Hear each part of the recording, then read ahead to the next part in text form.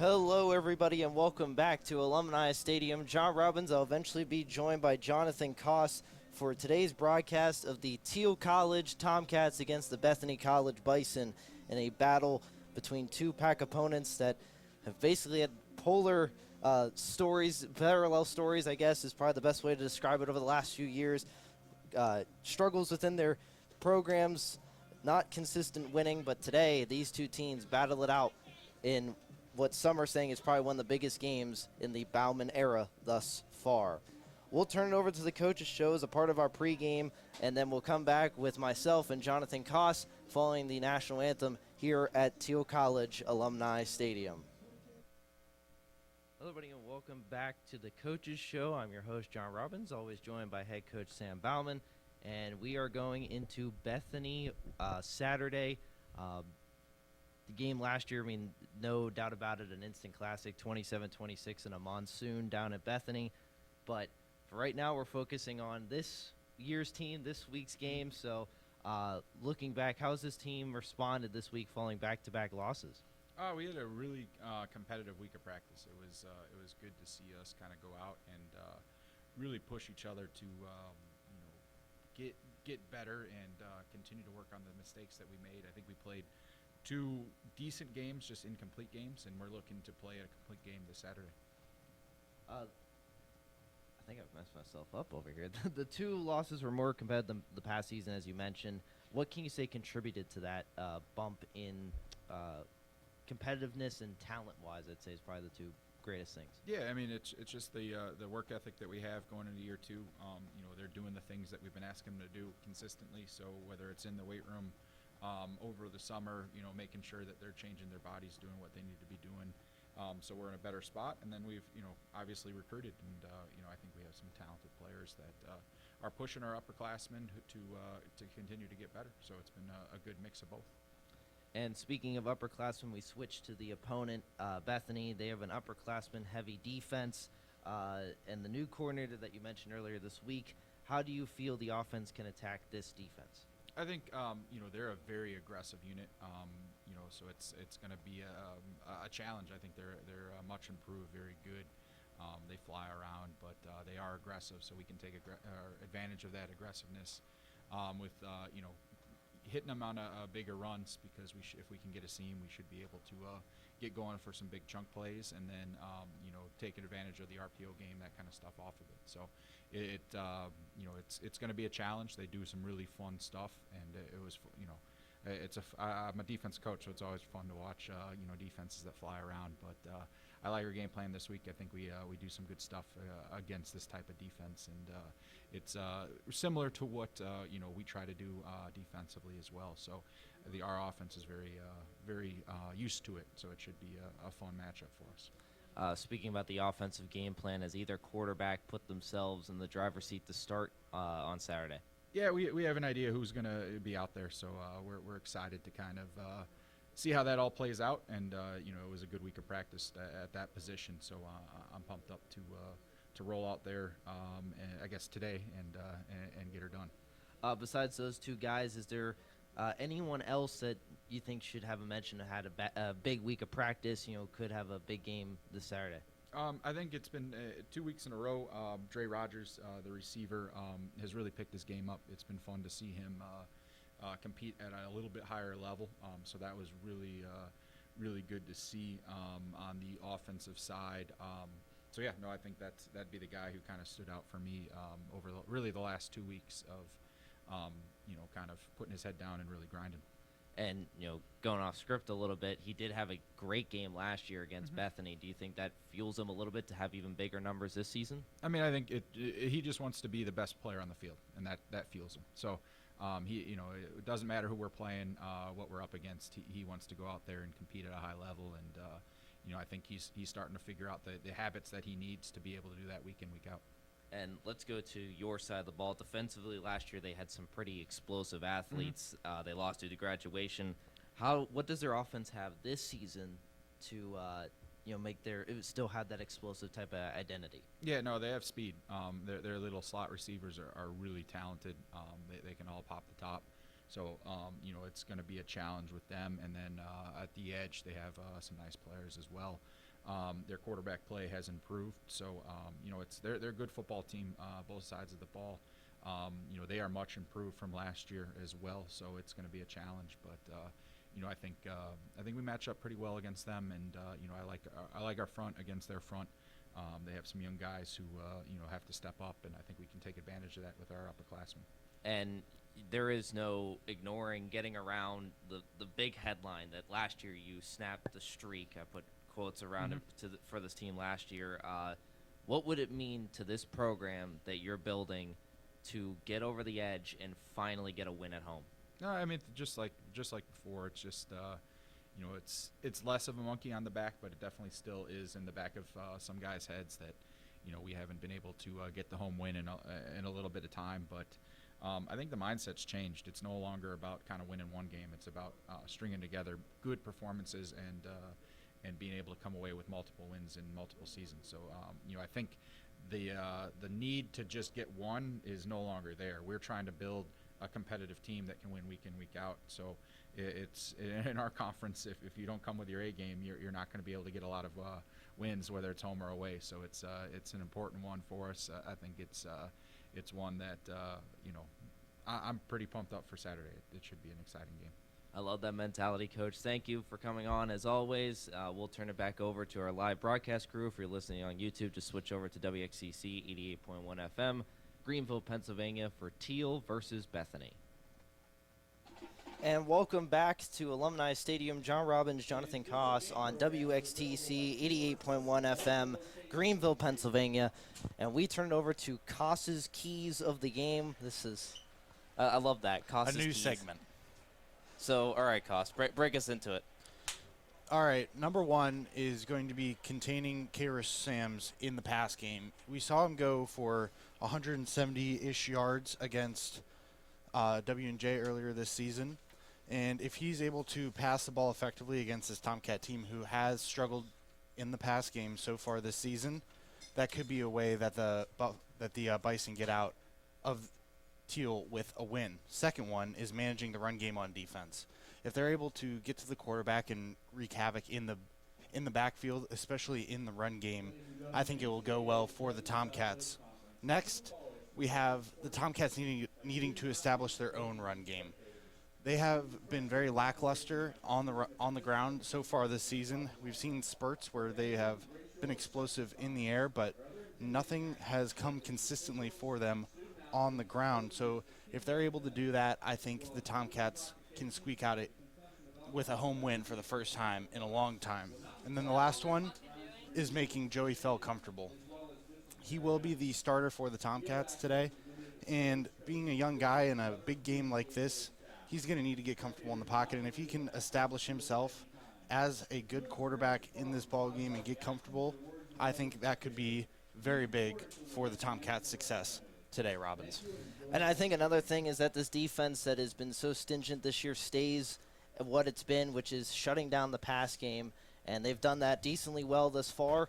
And, I mean, even against Westminster, they shut down their run game. So, at least they can shut down a phase of the offense for the Bethany Bison.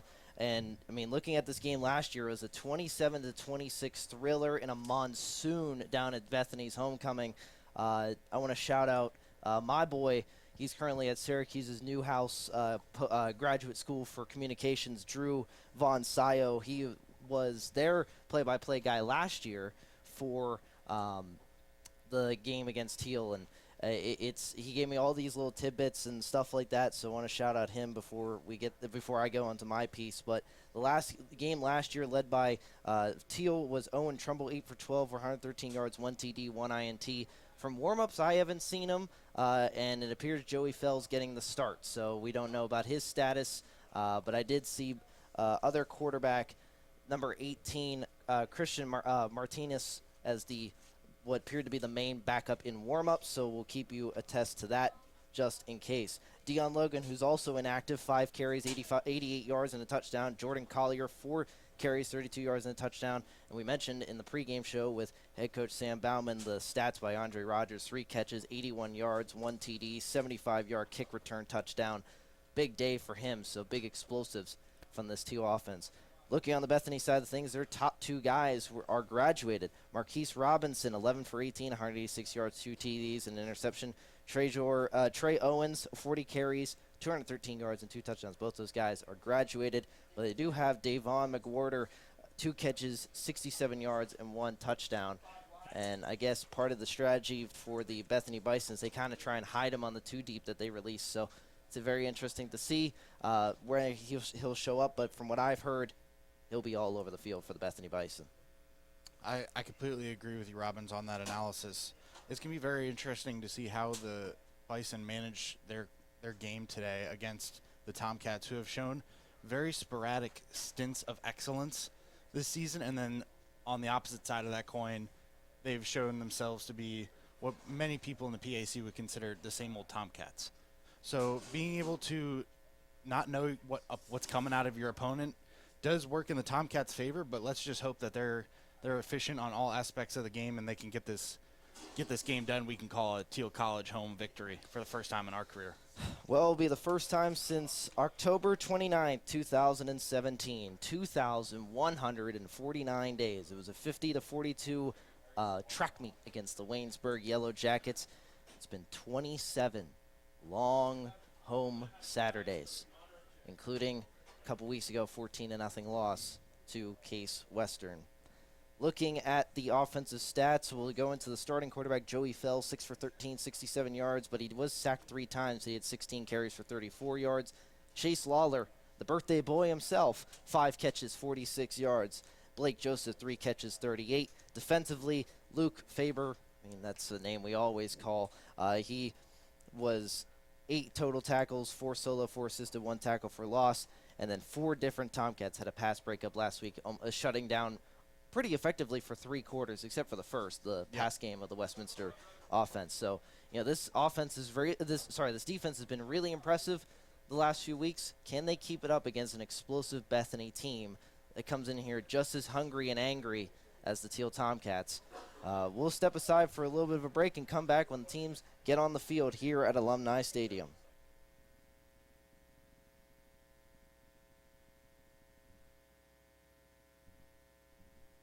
When might you be buzzed? When you suddenly love everything. You guys, I love this song.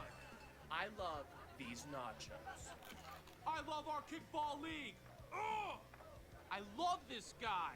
What's your name? You know what I'd love? A ride when it's time to head out. If you see a buzzed warning sign, call for a ride when it's time to go home. Buzz driving is drunk driving. A message from NHTSA and the Ad Council. I love your car. Is this real leather?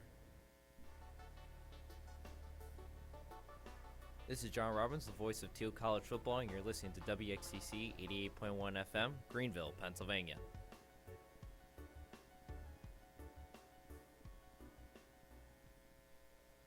John Robbins and my quarterback, Jonathan Koss, here for the 3rd game of the Thiel College season, only the 2nd for the Bethany Bison. They had a Week 1 bye, and they'll play 10 consecutive games on their schedule as we watch the Bethany Bison on the far side enter the field right next to the airlock here at Alumni Stadium, donning white helmets with the Bison on either side, white jerseys, green numbers, and green pants. If you aren't watching the TCTV live stream, led by, as I put in the caption this morning, Director Mackenzie the Goat Morrison, doing a fantastic job as she always does here for TCTV, so shout out to her. And a big day for the Tomcats, as you mentioned. 27 straight home losses, and today is definitely an opponent they need to take advantage of if they want to snap that streak. I completely agree, Robbins. This is the game to win at home, especially early in the season after 2 tough losses, one a special tough loss to Case Western in Week 1, and then having to go to Westminster and then just have all sort of miscues. It just wasn't the way the Tomcats envisioned their season starting. But today you can right the ship against this Bethany team that you don't know what you're getting out of them today. You could see a complete team or you can see a shell of a team today. So we don't know what we're going to see out of Bethany today. Tomcats don't know what they're going to get out of them. I don't even know if the Bison know what they're going to put onto the field today. So it's a perfect opportunity for these Tomcats to go out there and play their best football and get a win at Tomcat Stadium. Both these programs, long, storied histories in their past.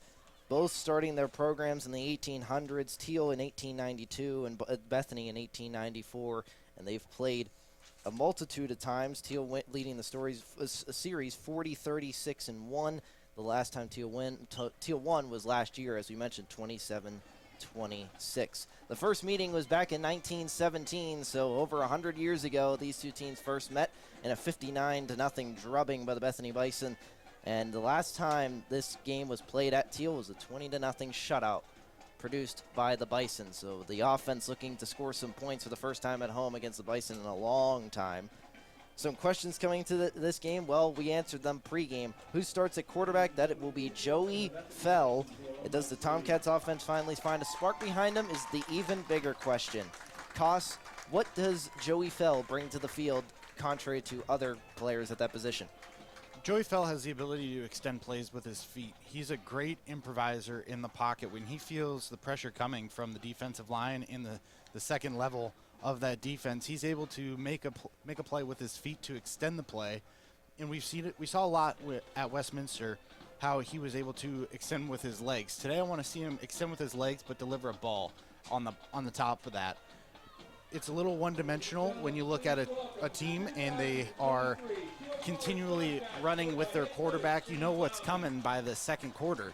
So if Joey Fell is able to get out of the pocket and extend plays and then deliver balls downfield, and obviously the line needs to hold up for him, I think the Tomcats could be in business today, and Joey Fell definitely has the tools to lead them to a win. Next up, can the defense continue their impressive run as we see one of the leaders of that defense, well, two of the leaders, at least at the cornerback position, Justin Logan and Caleb Schuler. Caleb Schuler running out with the American flag this afternoon as so there was a color guard here this morning from the U.S. Air Force, and it's a very beautiful day for football. Clear skies, clouds are off in the distance. About mid-70s, you'd say, probably. Hotter with the sun. If you're in the sun, it's hot, but if you're in the shade, it's a nice, cool day.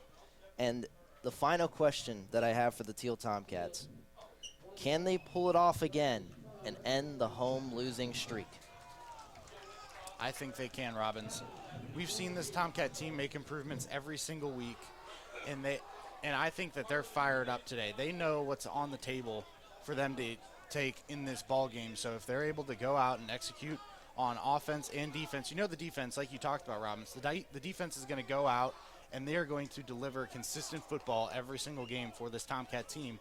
They're just going to look on their offense to get some points on the board so they can have a little bit of breathing room when they're on the defensive side of the ball. Well, this defense has earned breathing room the last 2 weeks, so definitely something that they want to get back, if they want to finally have for once this season. The Tomcats have yet to lead a game at any point through 8 quarters of play. And as you mentioned, they'll start out here trying to open this home game up on at least with another defensive stop, as they'll be kicking left to right.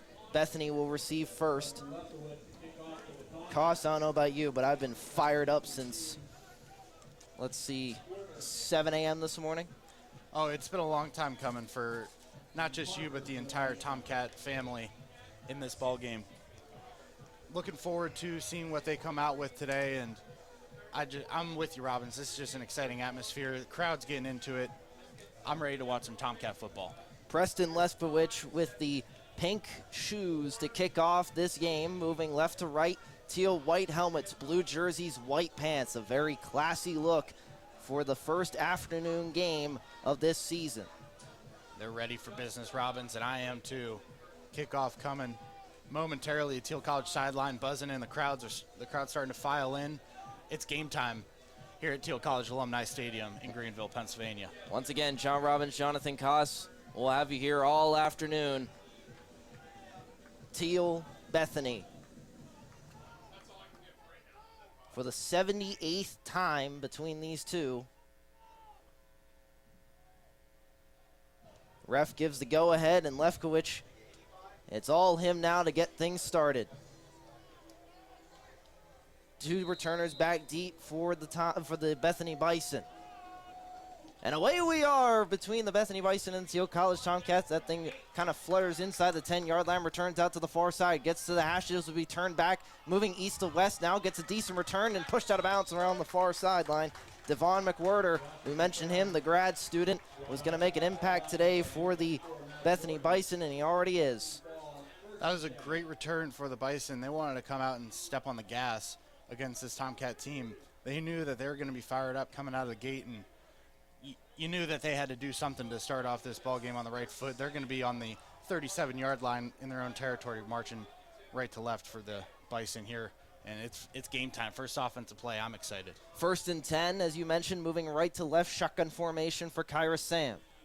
Sam steps in, looks over his receivers, split balance set, sends a man in motion to make it 3 wide receivers on the near side. Play action, throws over the middle. McWhirter drops it, and that one will fall incomplete. Sets up 2nd down and 10. Very interesting note, Robin. First play of the game, we saw a 3-man front out of this Tomcat defensive line. That was very prevalent in the second half against Westminster last week, and it was very effective. The 3-down linemen, 2 linebackers, and a whole bunch of secondary players. More of a nickel formation for this Tomcats, and it's been effective so far today, and it was last week especially. 2 receivers on the near side. Takes the snap. He'll hand it off at the middle of the field. He'll be chopped down at the line of scrimmage and spun down. Sets up 3rd down quickly for the Tomcats defense. That's a great job by Luke Faber getting into the backfield to cause some havoc and make the running back cut that ball back up the middle. He's going to be a menace all night, or all day rather. And I'm excited to see what he's going to bring to the table for these Tomcats today. The sun just over top of us here at Alumni Stadium. 3rd down and 8. Well, it says 10 on the board, but I believe it's actually closer to 9. Sends a man in motion. That's McWhirter. Sam takes the snap. Play action. Pressure coming. He rolls out to the near side. Looks downfield. He'll tuck it under his arm to run. Tries to get to the 1st down marker. He'll be chopped underneath, but I believe he got the 1st down. It's going to be close. Let's see what the line judges say. They're going to say 4th down. He's just about half a yard short.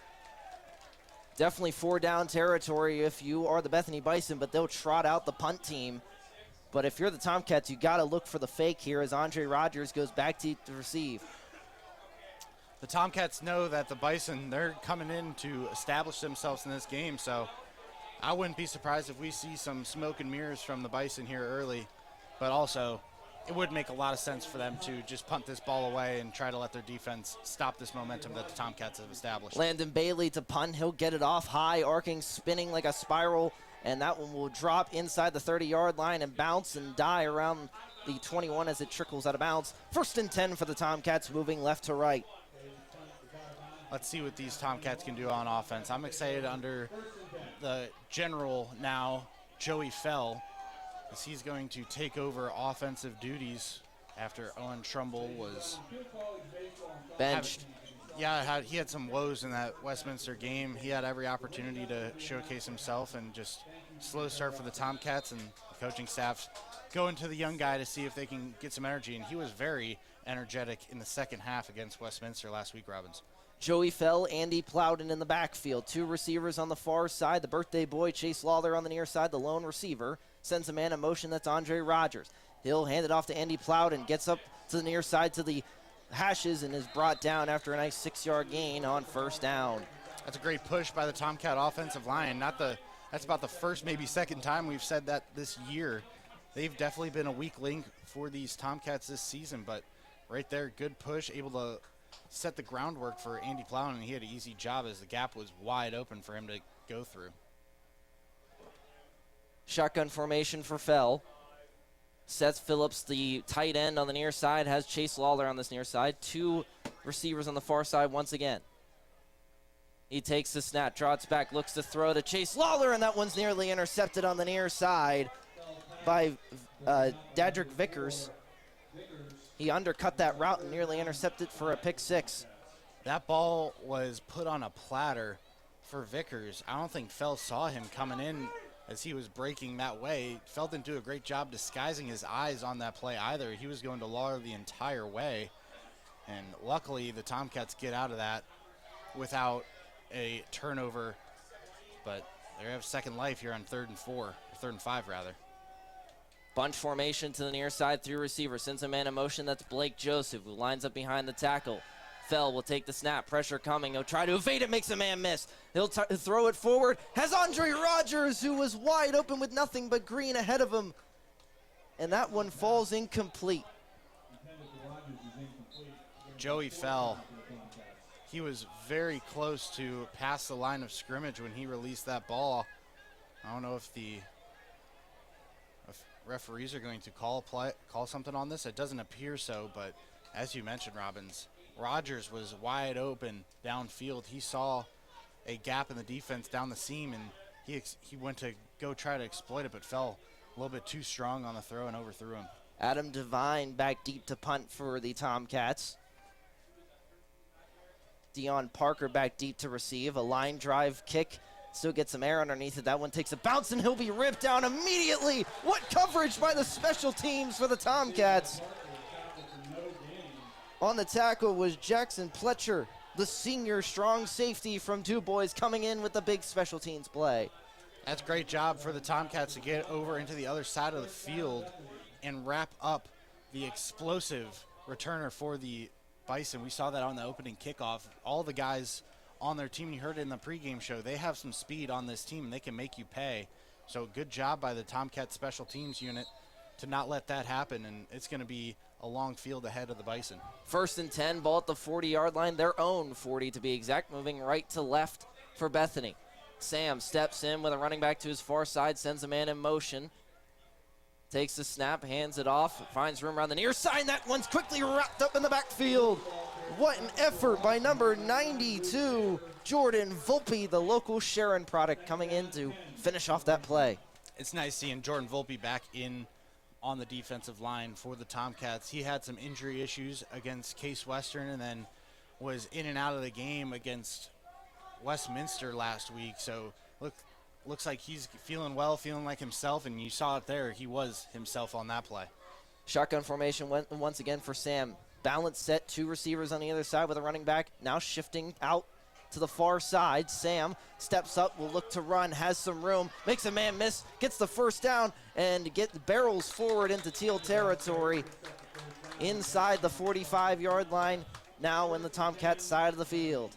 It's not often you see Darnell Jordan miss an open field tackle, but he did on that one. Sam made a miss and got to the open field for the Bison, and they're marching. They're going quick now. Hurry up offense for the Bethany Bison. They check with their sideline on the far side. Receive signals as Sam steps back in.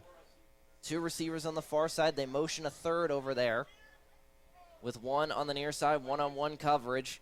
As he takes the snap, play action, he looks to the near side, has the man, and way overthrows his receiver. Great coverage by Donnell Thomas, the D2 transfer, to just stick his arms up and say, you know, I got no part of this. Yeah, it was a great recognition by him, realizing that ball was going out of bounds on the near side. Oftentimes, receivers will continue through that play, and if you have a referee that might see it a different way, they might throw a flag for pass interference, but Donnell Thomas using his football brain to let off on that play, and it's going to be 2nd down and 10 now for the Bison. They have an H-back behind their right guard in this formation for the Bethany Bison.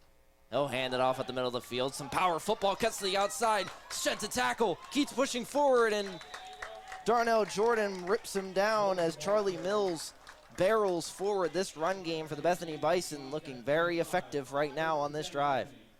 I mean, that was a Jerome Bettis-esque run out of Mills there. He was not going down without a fight, and it took about 4 Tomcats to make contact before one was able to bring him down. Sam, the Winnipeg, Canada native, steps in at shotgun formation. 2 receivers on the near side, 1 on the far. Sends a man in motion. He'll stop, turns around, hands it off. No, he'll keep it himself on the option play, and Sam will be brought down after a short 2-yard gain by the Thiel defense. We've seen a lot of motion plays out of this Bethany team. A lot of motion, a lot of cutting back and forth across the field, trying to confuse this Tomcat defense. Looks so far like it hasn't yet, but if this continues, hopefully the Tomcats are able to cut down on those option plays that Sam runs very effectively in the backfield. 2nd and 7, they'll give him the 3 yards, sends another man in motion, takes the snap, trots back, has 1-on-1 coverage. Thomas is there with the interception inside the 5-yard line, and the Tomcats will take over. That was an incredible play by Thompson. He went up with one arm as he was hand fighting with the other man, and he was able to bring that ball down inside the 5-yard line. Tomcats marching with a long field, but that was a great momentum play for Thomas in the Tomcats. 9:48 to go in the first quarter. Tomcats take over. And you say there's moments in sections of a program that need to happen. You have to go 95 yards to go to the end zone. Can you march down the field and strike first? I feel like this is a big moment, not just for this Thiel Tomcat team today, but going into the future. Freshman quarterback Joey Fell with Andy Plowden, the experienced 5th year, to his near side. Takes the snap. Hands it off to Plowden, who goes east to west and turns it upfield to north to south. Tries to break free of a tackle. Keeps moving forward, and there's a flag in the holding zone. And unfortunately, this one might be coming back. Looks like it will. You don't see a gap like that, especially with this Thiel College offensive line, without there being a little bit of grabbing at the jersey. That's exactly what it's going to be. That's going to back up the Tomcats even closer to the end zone after a massive run by Andy Plowden.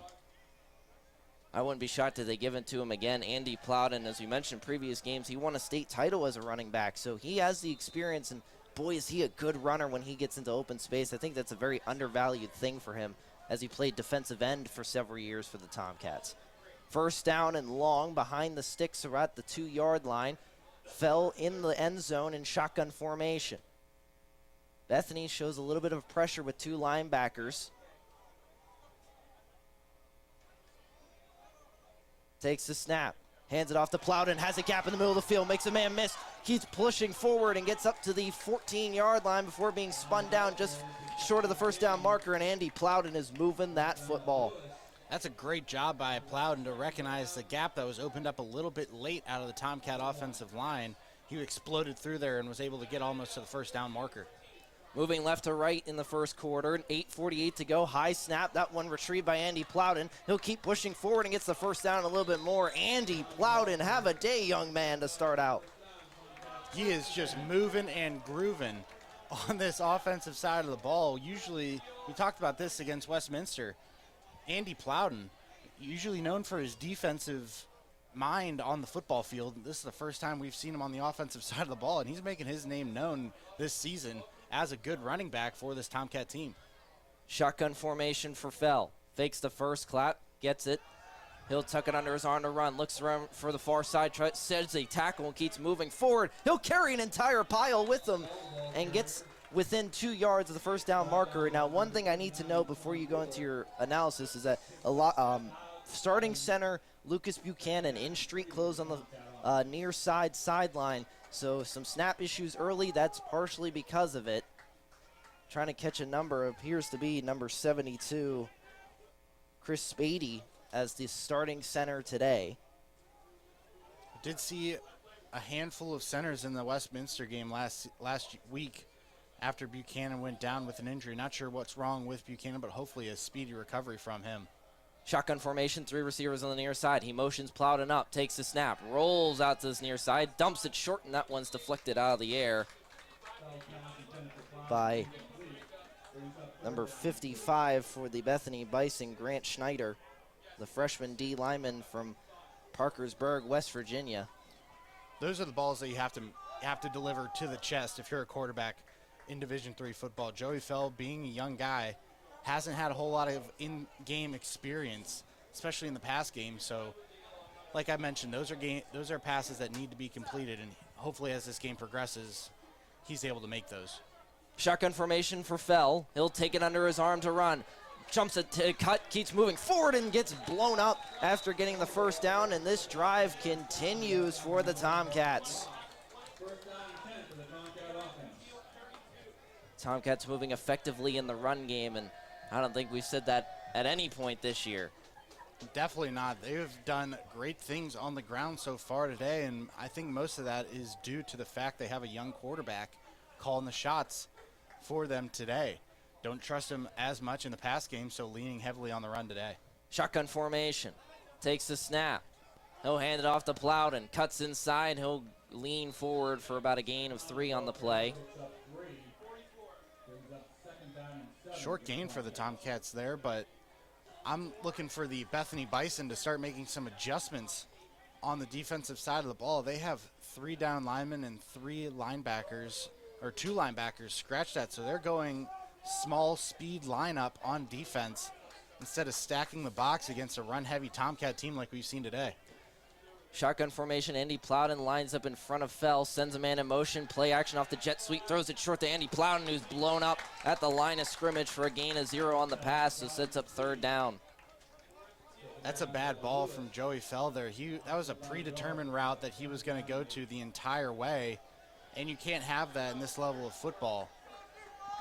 When you're a quarterback in the Pac or in any conference in the Division III landscape, you have to be able to make an adjustment mid-route and look for a man downfield. He had 2 other players that were running deep crossing routes that might have had a better shot to get some yardage. Joey Fell checking at the line. Andy Plowden to his far side. 2 receivers on the near side for the Tomcats. Takes the snap, throws it over the middle, and just dinks it off his center's helmet, incomplete. Chase Lawler was wide open on an inside crossing route downfield, but Joey Fell is kind of just sidearm shoveling the ball as his pass motion. It's very unorthodox. Not sure what he's doing. Maybe he's trying to bring out his inner Patrick Mahomes or what, but he just threw that off his own lineman's back, trying to get a little too fancy with it.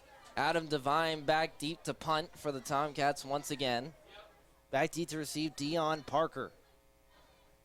Gets it off, a nice punt that spirals very interestingly towards Parker. He needs to make one man to get in forward, and he gets past that one man and is dropped inside the 40 to 50 yard line.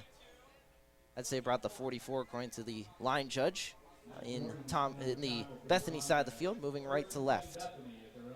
He seemed to juke out Randall Miller on that return to get forward progress off of the catch.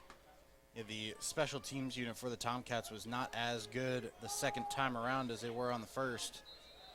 You need to make quick adjustment, maybe encourage their gunners to get downfield and break in to make that tackle. They weren't there that time. Shotgun formation for Sam.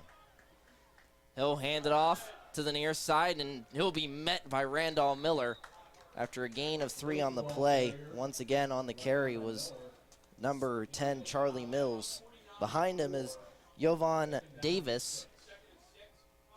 Number 32, the freshman, is the backup running back, but I have not seen him yet.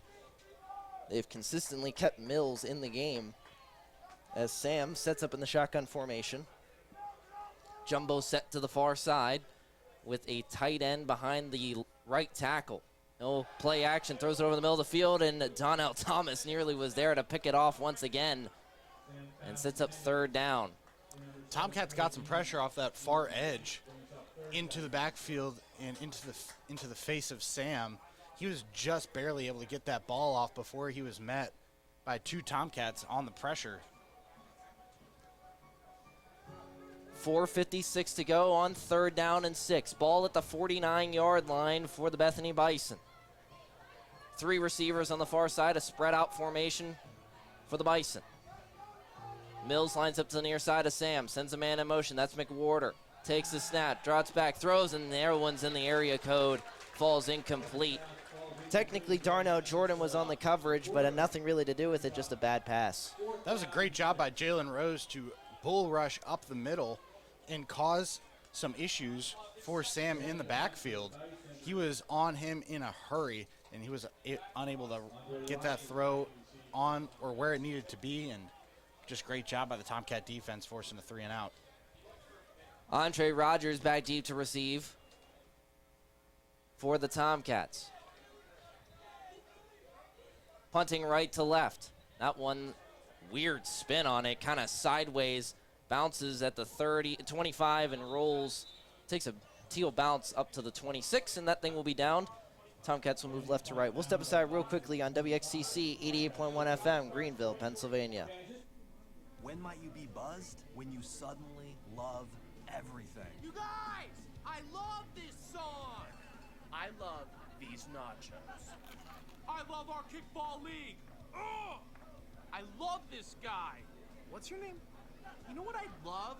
A ride when it's time to head out. If you see a buzzed warning sign, call for a ride when it's time to go home. Buzz driving is drunk driving. John Robbins, Jonathan Koss, here on WXCC 88.1 FM, Greenville, Pennsylvania. Fell takes the snap. He'll hand it off to Donnie Pattison on that zone play up to the outside, more of a sweep correction as he gets a 5-yard carry. Donnie Pattison in at running back. Not often do you see a tight end get a handoff in any level of football unless it's a lateral of some sort. That was very creative play call out of the Tomcat offensive coaching staff, and rightfully so. Donnie Pattison's day at running back is done as Andy Plowden comes back in. I think Andy Plowden earned a rest after the last few drives. As he lines up to the near side of Fell, 2 receivers on the near side, takes the snap, trots back, he'll roll out to this near side, looks downfield, he'll tuck it under his arm to run, cuts to the inside, gets a first down a little bit more, keeps moving forward, and the refs blow the play dead. 1st and 10 for the Tomcats with a feisty Joey Fell.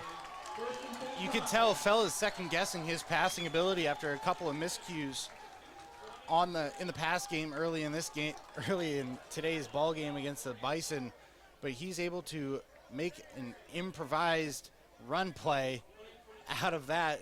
Looked like nothing was going to come through, but Joey Fell able to get the first down and extend the drive for the Tomcats as his shoulder pad needs a little bit of fixing. Maybe he'll get a teammate to help him out, or maybe he's just that much of a hardo to leave it out there. I've seen a couple guys do that before. Shotgun formation for Joey Fell. Sends a man in motion, that's Dre Rogers. He will hand it off to Plowden on the misdirection. Cuts out to the outside and leans forward and barrels himself eventually for a 3-yard gain.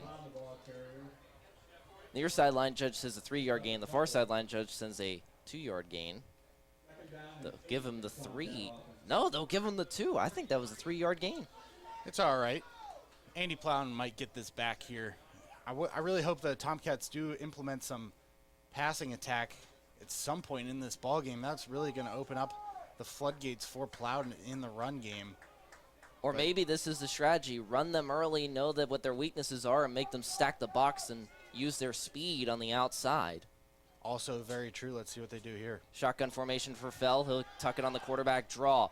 Cuts, makes a man miss, and gets a yard gain on the play as his offensive line tries to keep him up, and eventually he falls over.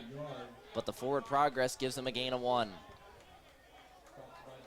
The offense for the Tomcats starting to putter out here as they're close to the midfield line. Hopefully, let's see if they can get this drive going a little bit, maybe implement some screen plays or a quick shot over the middle, just something to get the offense moving with some chunk yardage. This game was a grudge match last year with explosive plays to really make the difference. As Fell takes the snap, he will look to throw. Pressure coming, he just throws it away, and that one's caught by Andy Plowden for a loss of 2. That was a great job by Jermaine Snodgrass on the coverage. He was covering Plowden the entire way, recognized it was a screen, and he was able to eat it alive the moment Plowden caught that football. Punt team out for the Tomcats now. 1 turnover and several punts between these two teams as Adam Devine is back deep to let one off for the Tomcats once again. Low snap goes through the legs of Devine, and he'll be dropped inside the 10-yard line in disaster for the Tomcats. The last snap for the Tomcats on special teams was a little bit low, but he was able to recover it. That one just was a ground ball all the way to Devine. Those are the miscues you can't have on special teams, especially from a long snapper that's costing your team around 60 or so yards after that punt would have been downed and after all things are said and done. So that's a crucial play for the Tomcats that did not go their way. 1st and 10. They will say he was down just outside the 10-yard line around the 12, moving right to left, 1:12 to go in the first quarter. Prime opportunity for the Bethany Bison. Sam lines up in the shotgun formation with a heavy set to the near side with a H-back behind the left tackle. Tomcats have a forefront on this one as Sam will hand it off, doesn't find any room. He'll be dropped in the backfield. And a huge recovery play by the Tomcats to drop him behind the sticks. There's a handful of Tomcats in on that play. Can't give it to one person, but one person that did make a whole lot of trouble in that backfield was Jordan Volpe there. He's back to his old antics in the ball game.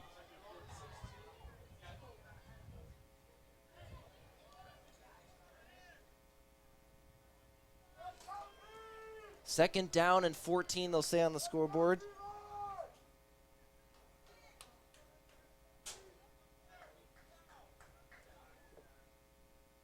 Takes a snap. Play action. Looks to the near side. Has a man, unloads, and that one will be caught. Tries to make a man miss and will be tackled in the backfield, or at least going backwards. He got back to the original line of scrimmage on that, Robbins, and it's going to be a tough stand for these Tomcats after the abrupt field position change for the Bison. 3rd and 10 now. If they could force a field goal or even better, get out of here with no points against them on the board, that would be ideal. And it looks like they'll just let this clock expire on the first quarter. 0-0. Bethany threatening, though, to start the second as we'll come back here on WXCC 88.1 FM, Greenville, Pennsylvania. When might you be buzzed? When you suddenly love everything. You guys, I love this song. I love these nachos. I love our kickball league. Ugh! I love this guy. What's your name? You know what I'd love? A ride when it's time to head out. If you see a buzzed warning sign, call for a ride when it's time to go home. Buzz driving is drunk driving. A message from NHTSA and the Ad Council. I love your car. Is this real leather? This is John Robbins, the voice of Thiel College Football, and you're listening to WXCC 88.1 FM, Greenville, Pennsylvania.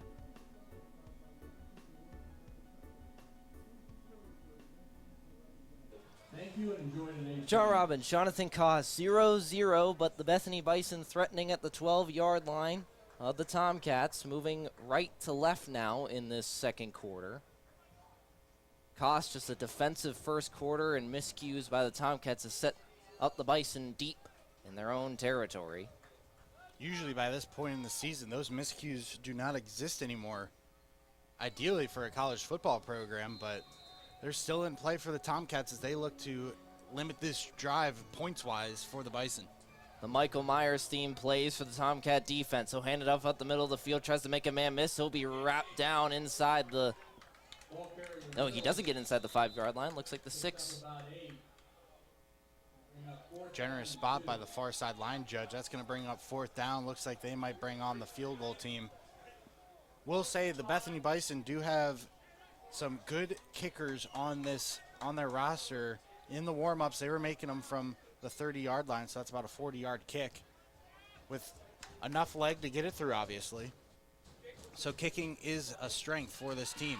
Gets it up, nearly blocked. No good, wide left, and this thing remains at 0-0. Well, there you go. And you thought this building was lost every point of air of it in it. I mean, Tomcats are used to just falling flat on their face. I mean, as a Tomcat fan, I'll admit it. But, boy, things going right for the Tomcats for once. Well, now they just got to convert. They have a long field ahead of them, and if you're going to get points on this drive, you need to mix in a pass every once in a while, and you need to mix it in effectively. The Tomcats went out and got a stop on defense. No points on the board. It's time for the offense to show out and support their guys. Donnie Pattison in at running back as Andy Plowden subs off. A much-needed sub for Andy Plowden. You've earned that one, I'll tell you that much, as he sets up in the shotgun formation. 2 receivers on the far side. He'll take the snap with a low amount on the play clock. A reverse play for the Tomcats. Tries to get to the outside. He'll be undercut in the backfield for a loss. Seth Phillips just couldn't hold his block on that near side quite long enough to let this sweep develop on this near side.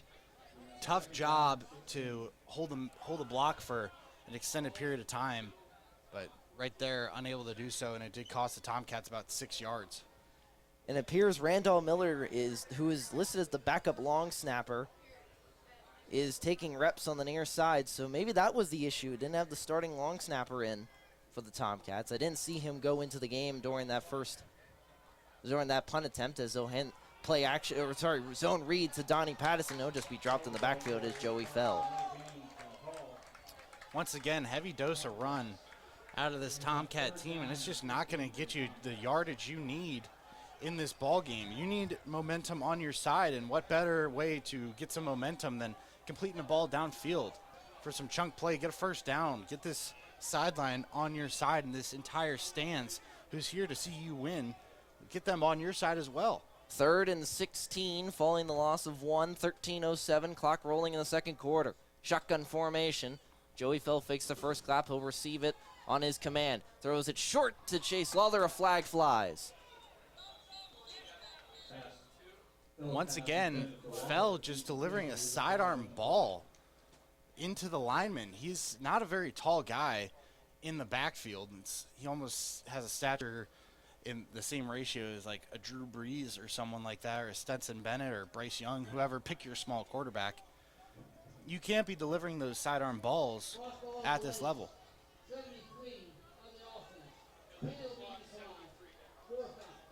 That's going to be a block below the waist on Christian Good. Goody, as he's known, and they'll bring out the punt team, commits that foul there, and he's arguing his point with the referee, but to no avail. Just rough start for the Tomcats. You need Joey Fell to go in there and produce a little bit more out of the pocket in the pass game, and he's just been trying to get a little bit too fancy with the ball. It's costing the Tomcats here early. Randall Miller to be the snapper as Adam Devine back deep to punt. A good snap here. That one's blocked up in the air by a Bethany Bison. That one nearly recovered by the Tomcats, but blocked by the Bison nonetheless.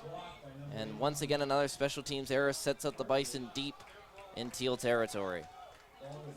Nothing's going the Tomcats' way today. You thought that they would go into this ball game and have some energy and some momentum, and things would be starting to develop.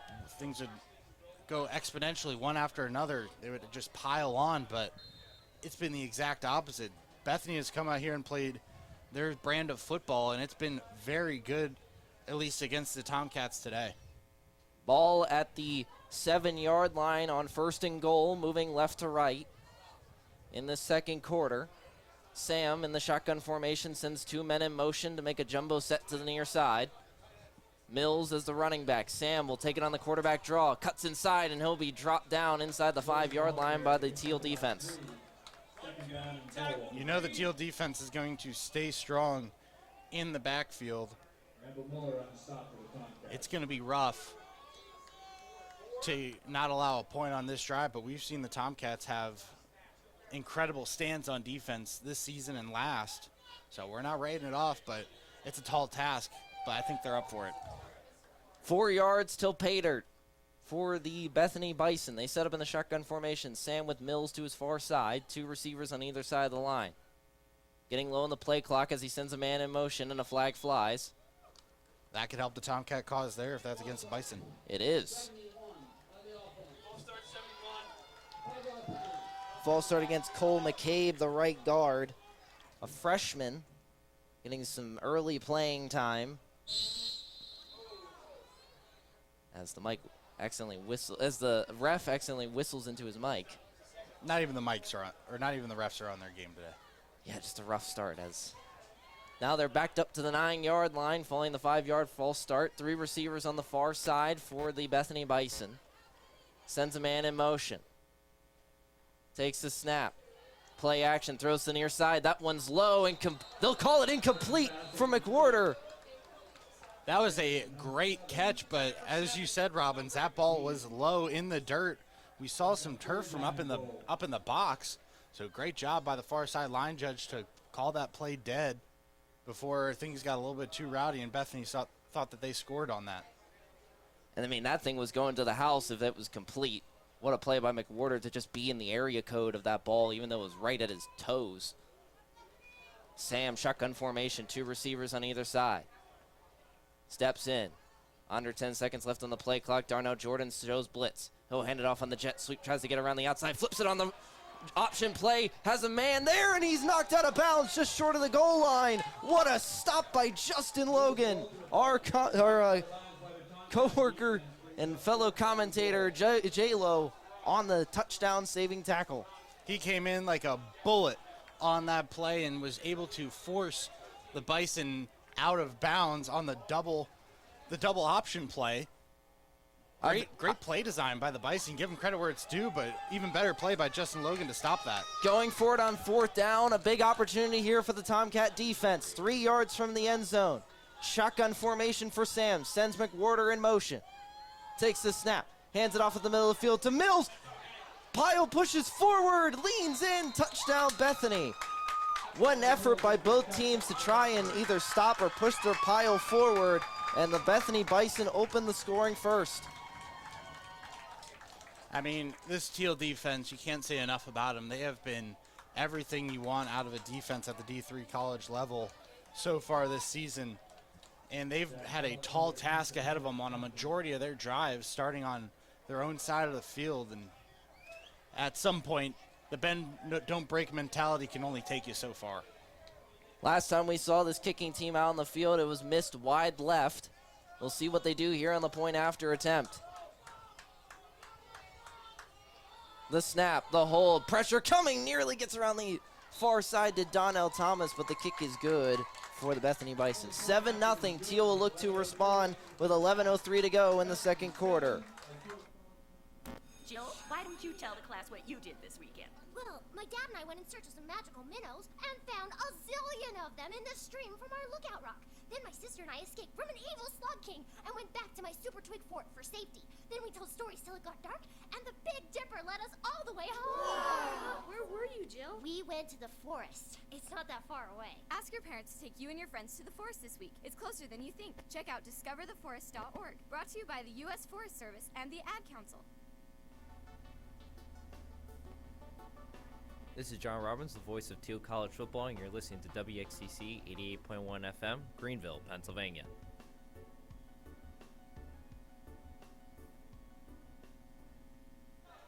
John Robbins, Jonathan Koss, WXCC 88.1 FM, Greenville, Pennsylvania. Thiel leads 7-0, 11:03 to go in the second quarter. Thiel, after a couple mistakes, gave up a touchdown. Now they have an opportunity to get better field position off this kickoff with Chase Lawler and Andre Rogers back deep to receive. Line drive kick goes to the side of Rogers, and he'll just look it over as it takes a bounce inside the 5 and stays in play as Rogers is going to be wrapped up inside the 10-yard line. Just an awkward bounce that goes against the Tomcats, and costs just everything not going right for him. I mean, if you're Andre Rogers, you at least have to respect the ball and get close to it. If it takes your bounce and it takes your bounce into the end zone, it's going to be a touchback. But if it doesn't, you're there to receive it. Andre Rogers just let that ball go over his head and just assumed that ball was going to go into the end zone. You can't assume in the game of football it ends up biting you as this game is going to progress in any level. 10:57 to go as the Tomcats will take over following the short return by Andre Rogers. 3 receivers on the near side, Jamar Jeter, Blake Joseph, and Hunter Knapsack are that 3. Fell low in the play clock. Takes the snap at 1 second. Hands it off to Donnie Pattison, who cuts to the outside, keeps pushing forward, and keeps the play alive as it takes the entire secondary, and this pile still moving forward until they blow it dead. They should have set the sideline because 11 is not enough to bring down Donnie Pattison. He just kept his legs churning on that play. It takes a whole lot more than 11 to bring down that man. 10:30, clock rolling here at Alumni Stadium. Tomcats trail 7-0.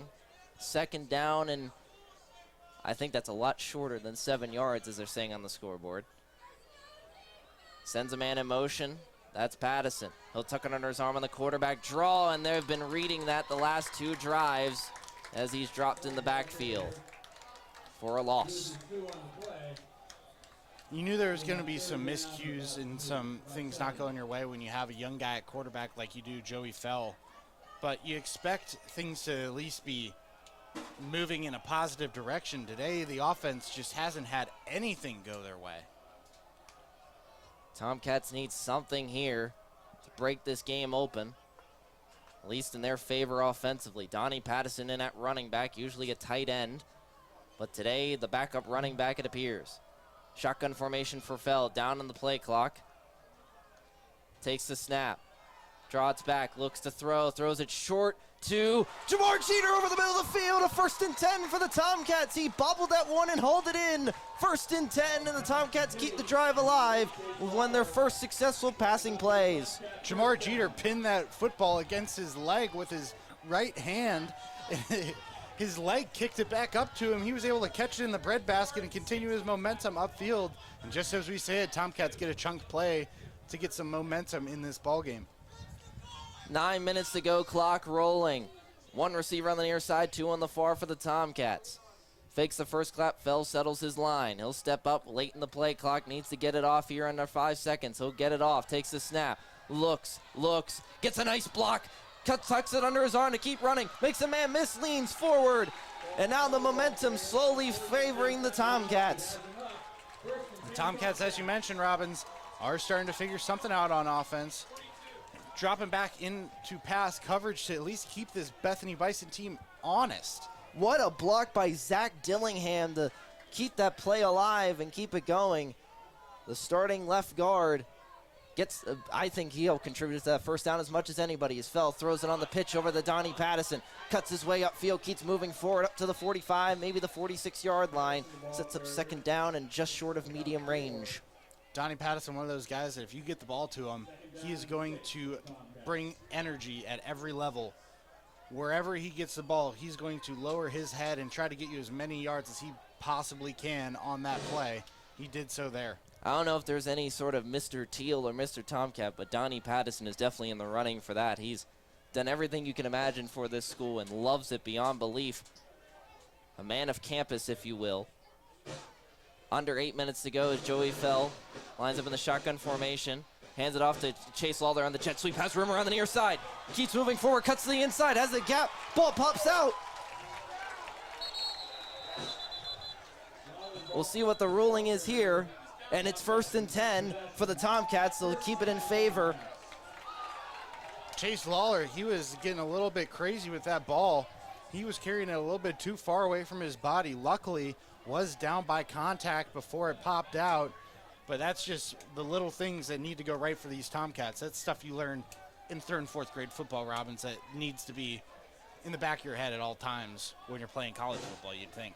Ball inside the 40-yard line on the Bethany side of the field. Shotgun formation for Fell. Takes the snap, drops back, throws it short to Andy Plowden. Works his way inside, nearly breaks free of a tackle. I thought he broke free of that one, but leans forward for just short of the 1st down marker. Mentioned just a drive or two ago, Robbins, the Tomcats need to mix in some screen plays and maybe some chunk yardage. Look what they're doing, and they're getting some efficiency out of their offense for the first time today. The screen passes have come in massive for this team. 2nd and 4. 2 receivers on the far side. One on the near with Seth Phillips as the near side tight end. Andy Plowden's the near side. Throws it to that far side, has a man who'll catch it jumping in the air, keeps moving forward, and he'll be brought down after getting the 1st down and a lot more for the Tomcats as they're nearing the red zone. That was Amir Granberry on the jumping catch. Now, Joey Fell's going to get a lot of credit for a good ball there, but Granberry did a great job recognizing that the Bison defense was playing deep on him, didn't want anything to get over their head. He recognized the cushion, the soft spot in the defense, if you will, and he capitalized. He just planted himself there and was able to come up with a catch and a handful of yards after. 1st and 10, ball at just outside the 20-yard line, around the 24, 23 to be exact. 5:56 clock rolling. Joey Fell. Play action. He'll tuck it under his arm on the read option. Cuts inside, keeps pushing forward for the 1st down marker. He's pushed out of bounds after the 9-yard carry, unless they gave him the extra yard. No, he will be short. Great job by Joey Fell to recognize that Andy Plowden was going to get tackled if he had that ball. He pulled it out last second, was able to get 8 yards on that run there, the improvised run around the outside. And once again, showing his skills as a great runner for these Tomcats at the quarterback position. 5:30 clock rolling, 2nd down and short. Coming up for the Tomcats. He'll roll out to the near side, does Fell. Slips by a tackler, rolls out to the far side, makes a man miss, keeps moving forward, into the pylon, goes to the 5, is hauled out of bounds. What magician work by Joey Sweet Feet Fell. He has just done an incredible job extending these plays. The Tomcats haven't been able to get any momentum on offense, but the moment they get a little bit going, Joey Fell just switches his mode. He goes into X Games mode, if you will, and he just turns on the burners, extending plays, doing the impossible for the Tomcats here at the quarterback position. First and goal, ball at the 4-yard line officially for the Tomcats. Joey Fell, shotgun formation. Andy Plowden steps up to the near side, takes the snap. He'll look to the sideline. Has Chase Lawler, the birthday boy, with the touchdown! Chase Lawler! Great job by Joey Fell to recognize the soft coverage on Chase Lawler on the outside.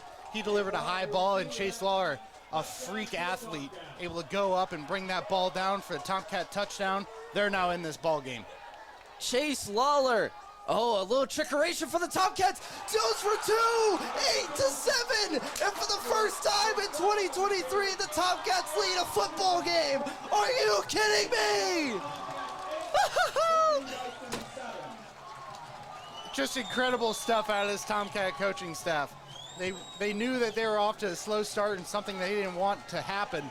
They were able to switch it up in the matter of one drive, a completely different football team than we've seen this entire game. Chase Lawler, the birthday boy, has all 8 points for the Tomcats. Wow! We'll send it to a quick break. I need a minute. When might you be buzzed? When you suddenly love everything. You guys, I love this song. I love these nachos. I love our kickball league. Ugh! I love this guy. What's your name? You know what I'd love? A ride when it's time to head out. If you see a buzzed warning sign, call for a ride when it's time to go home. Buzz driving is drunk driving. A message from NHTSA and the Ad Council. I love your car. Is this real? John Robbins, Jonathan Koss. 4:42 to go. Tomcats lead for the first time in 2023, 8-7. As the Tomcats will take off right to left. A line drive blast from Lefkowitz. Wow, what a boot behind him. And right now the Tomcats' energy is through the roof. Even the kicker has a little extra juice in his abilities today after that touchdown. And what Joey Fell has been able to do at the quarterback position today has just been incredible. I'm very excited for his future as a Tomcat. And hopefully the coaching staff for these Tomcats have finally found a theme for their offense this year. They found an identity. Koss, I didn't have any caffeine this morning, and I am so energized right now that I'm shaking. What a start for the Tomcats. 8-7 lead, following the at least start to the second quarter with a great defensive stop and drive. Looks over to the far side, has a lot of time, throws it over the middle of the field, has a man intercepted by Donnell Thomas. It's all Tomcats right now. There was nothing but time for Sam to deliver a ball. Donnell Thomas, playing center field, went up for his second interception of the game. He has been everything that the Tomcats were hoping for that would come out of him this season. Being a D2 transfer, he brings a different level of ability to the football team, and he is just showing off today. First and 10 for the Tomcats, ball at the 48-yard line of Bethany, moving right to left. And ladies and gentlemen, we have a ball game. 4:35 to go in the second quarter. Can the Tomcats put themselves up even further going into halftime? Shotgun formation for Joey Fell. 2 receivers on the far side. Seth Phillips, the tight end, to the right side of the right tackle. Takes the snap. Play action. Rolls out to the far side. Steps up, makes a man miss, and he'll be pulled down for a sack. Ball did come out, but he was way down before that happened. Joey Fell trying to keep his improvisation skills going in this ball game, but you can't break all the tackles, Robbins. He was unable to get out of that one there. No, there's only so much magician work. There's only so much magic in the wizard. He's been everything that the Tomcats have been hoping for. I know I say that a lot. I know I say about every single person. People at home are probably sick of hearing that person's been everything that they've hoped for, but you got to imagine this Tomcat team, it's a new Tomcat team. It's not the same as last year. Takes the snap, hands it off to Donnie, passing, cuts out to the outside, has a little bit of room, hurdles over a man, over into Bethany territory, and is hauled down at the 49. Donnie Pattison feeling himself a little bit too much there, tries to go airborne, but unsuccessful as he was able to be brought down back to earth after he thought he had a jetpack attached to him or something. 3:25 clock rolling, 8-7 Tomcats lead. In Bethany's side of the field on their second straight drive. Donnie Passon's on the near side of Fell. Looks over his line, takes the snap, and whistles blow. It's appeared to be a miscommunication on the line of scrimmage. The flag is on the far side at the 50-yard line.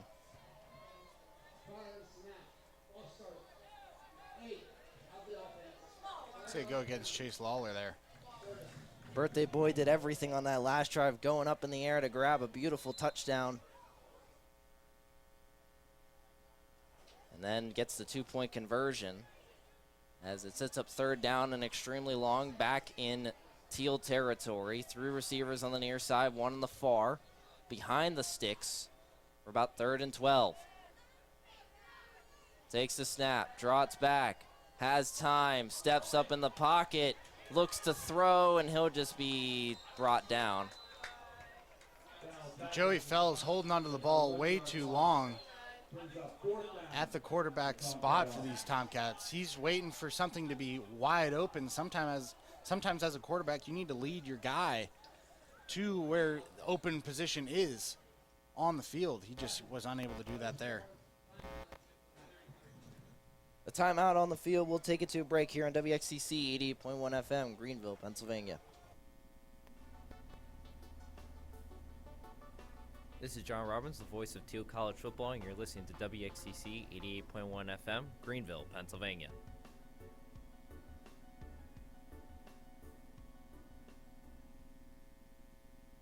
When might you be buzzed? When you suddenly love everything. You guys, I love this song.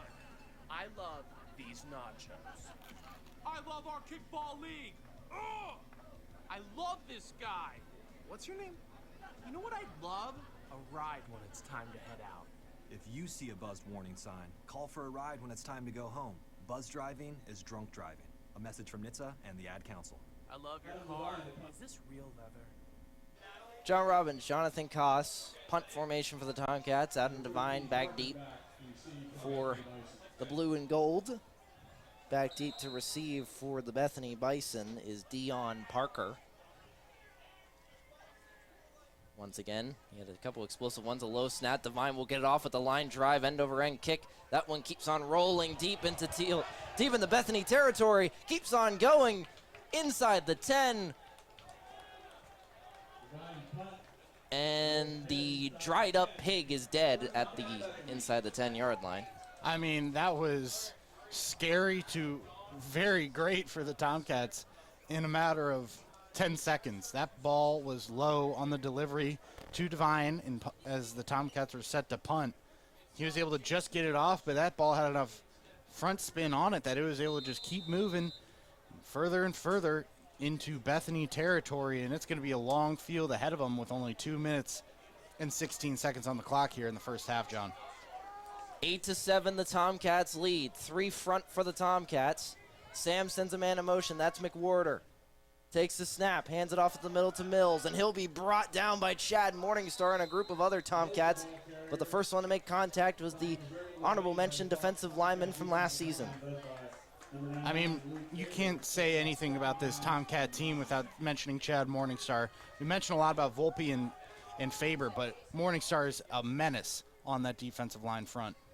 Takes the snap, hands it off to Mills, who tries to break free, and he'll be hauled down from behind by double nines Luke Faber.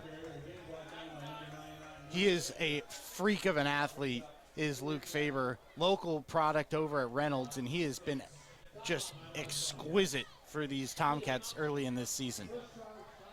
timeout on the field. We'll step aside. 1:47 to go. 3rd and 6 coming up. 8-7, the Tomcats lead. Hi, I'm Danica Patrick. Watching my nieces grow, play, and learn is amazing, but not every child gets to be carefree. 1 in 6 kids in the U.S. are hungry. This breaks my heart, and it's something that Feeding America is working to change. Each year, the Feeding America network of food banks rescues billions of pounds of good food that would have gone to waste and gives it to families in need. To help, visit feedingamerica.org. Brought to you by Feeding America and the Ad Council. 3rd down and 6 coming up for the Tomcats. 1:47 to go in this half. At halftime, we will have the Marching Pride of Thiel and their halftime show. But more importantly, Tomcats need a stop here. Forefront for them as they send a man in motion. Flag flies. This might assist the Tomcats. Got to go false start against the Bison. On number 61 for the Bison, so that's going to back them up 5 more yards. Something funny I saw on the sideline. Ben Collins gave the little point backwards in favor of the Tomcats, just as I did in the booth. It's 1:47 to go. 3rd down and 11, following the 5-yard false start. They've sent the man in motion once again. Play action. Looks over to the far side. Has Luke Faber. Tries to go into the end zone. Just short.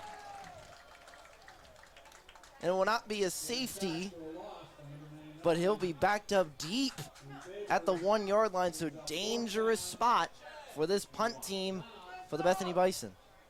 Yeah, everything needs to go perfectly for the Bison. And a timeout for the Tomcats. We will step aside here on WXTC. Hey, hon, what you doing with your phone? Taking pictures? No, I'm asking it questions. Like what? Hey, Bobo, do flowers have best friends? I'm sorry. I'm afraid I don't know that. Hey, follow me. I want to show you something. Look, flowers do have best friends. Whoa. Some answers can only be found in nature. Discover the unsearchable. Visit discovertheforest.org to find a trail near you. Brought to you by the United States Forest Service and the Ad Council. John Robbins, Jonathan Koss. 1:40 to go as the punter will have his heels basically at the back of the end zone. So Tomcats showing some pressure on this punt attempt by the Bethany Bison. They'll come at him and gets it off with a line drive kick to Andre Rogers. Catches in stride, makes a man miss on a spinning play. Cuts inside to the 20, inside to the 16-yard line. What a move by Andre Rogers. He had that one deep in the piggy bank, and Andre Rogers broke it out in the perfect opportunity. Makes a man miss, and Tomcats are in the red zone after the punt. They're threatening to score before half, which would be massive. 1:32 to go. 8-7, the Tomcats lead. Joey Fell, the magician himself, Joey Sweetfeet, as I've seen him called, goes out onto the field with his offense. They move right to left. Ball at the 17-yard line to the red zone for the Tomcats. Last time they were here, it was a jump ball to Chase Lawler to score and put them up with a 2-point conversion on the fake. That's going to go against the Tomcats with a false start. 1:32, and it'll be 1st and 15. Offensive coordinator DJK arguing his case, but to no avail as that one will be walked back. Was not a false start. My apologies. Delay a game on the Tomcats. So after a break in action, you can't come out and have a delay a game. Absolutely not. That's just poor management there. But regardless, they step back up on 1st and 15 just outside the red zone. Sends a man in motion. That's Jamar Jeter. Takes the snap, drops back, looking over his options. He'll step up to run. Tries to get it off, but he'll just tuck it under his arm for the sack. Fell was under duress almost immediately as that play was developing. He wanted to roll out to his right side, and a key part of that is making sure that right side is sealed.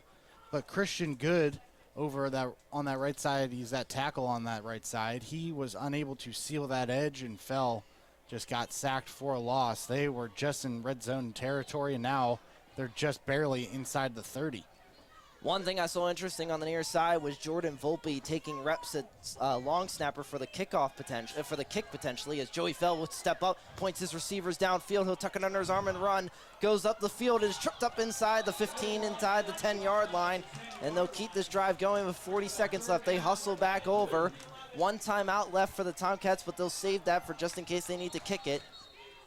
Sam Bauman frustratingly takes the timeout, which Go ahead, Robin. No, I don't blame him for being frustrated there. Yeah, you expect your team to have a sense of urgency after a big game like that, know the situation. You want them to go to the line, know what play's coming, because you have 1, 2, maybe 3 plays just stashed in your memory bank for a situation like this. You don't want to have to burn a timeout in this situation just outside the 10-yard line. It's going to be 3rd and about 4, maybe 5. Double that with Joey Fell making the freshman mistake and not running out of bounds. Yep, he did cut it upfield, trying to add a couple yards to the play, which he did do. But in this situation, time on the clock could be more important. They do need to get the first down first in order for time to be more important. So Joey Fell making the executive decision, saying yards are the most important thing right now. You can't blame him for having that thought process. 32 seconds left. 3rd down and 4. Following the timeout, 3 receivers on the near side. Andy plowed into the near side of Fell. Takes the snap, trots back, looks to the near side, has a man, has Blake Joseph. It's caught! Touchdown, Tomcats! Are you kidding me? Blake Joseph calls in the pass. Doesn't look like there's any flags. Ref puts up his 2 arms. Touchdown, Tomcats. Ladies and gentlemen, the Tomcats lead by a touchdown with a PAT attempt coming up. Chase Lawler, the holder. Lefkowicz. The snap, the hold, the kick, it is up. And it is good. Tomcats lead by 8. 15-7. We'll step aside here on WXTC. Hey, hon, what you doing with your phone? Taking pictures? No, I'm asking it questions. Like what? Hey, Bobo, do flowers have best friends? I'm sorry. I'm afraid I don't know that. Hey, follow me. I want to show you something. Look, flowers do have best friends. Whoa. Some answers can only be found in nature. Discover the unsearchable. Visit discovertheforest.org to find a trail near you. Brought to you by the United States Forest Service and the Ad Council.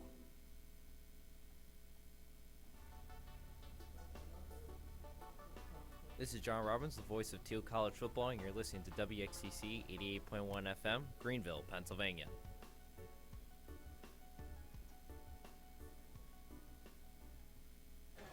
You mentioned in the pregame the Tomcats need to set up a passing game, and that's the only way they've scored today. 2 passing touchdowns by Joey Fell to the corners of the end zone. Wow. Incredible stuff out of this Tomcats offense. They are recently revived after a lackluster first quarter, and they have just been a brand new team. McWhorter catches at the 5-yard line on the far side, and the coverage team gets there to the 20 and drops him down. 1st and 10 for the Bethany Bison with 22 seconds left. Tomcats will receive the second half kickoff to get things started following the halftime show by the Tomcat Marching Pride. So we'll have that here on WXCC 88.1 FM, Greenville, Pennsylvania. Bethany will come out moving left to right on 1st and 10. As I mentioned, 22 seconds left as Sam trots out with his offense. As I mentioned earlier, the Winnipeg, Canada native. I got to vote for Donnell Thomas going for the hat trick. Bethany's going to be throwing the ball downfield. They want to try to get points before this half. Just like Jordan Whitehead did on Monday. Hands it off to Mills, looks to get to the outside, and he'll be wrapped down eventually by the assistance of Chad Morningstar and the Turf Monster. Yeah, I was going to say, Mills didn't even need to be taken to the ground. He took himself to the ground on that play. Bethany just walking over to the sideline. Their half is going to be done, so I was very wrong. And what I thought their thought process was going to be, especially after kicking the ball to start the second half. 15-7, the Tomcats lead. Blake Joseph, Chase Lawler with the 2 catches for the touchdown thrown by Joey Fell and the 2-point conversion by Chase Lawler. We'll send to a break and come back with the Tomcat marching pride at halftime. When might you be buzzed? When you suddenly love everything. You guys, I love this song. I love these nachos. I love our kickball league. Ugh! I love this guy. What's your name? You know what I love? A ride when it's time to head out. If you see a buzzed warning sign, call for a ride when it's time to go home. Buzz driving is drunk driving. A message from NHTSA and the Ad Council. I love your car. Is this real leather? This is John Robbins, the voice of Thiel College football, and you're listening to WXCC 88.1 FM, Greenville, Pennsylvania.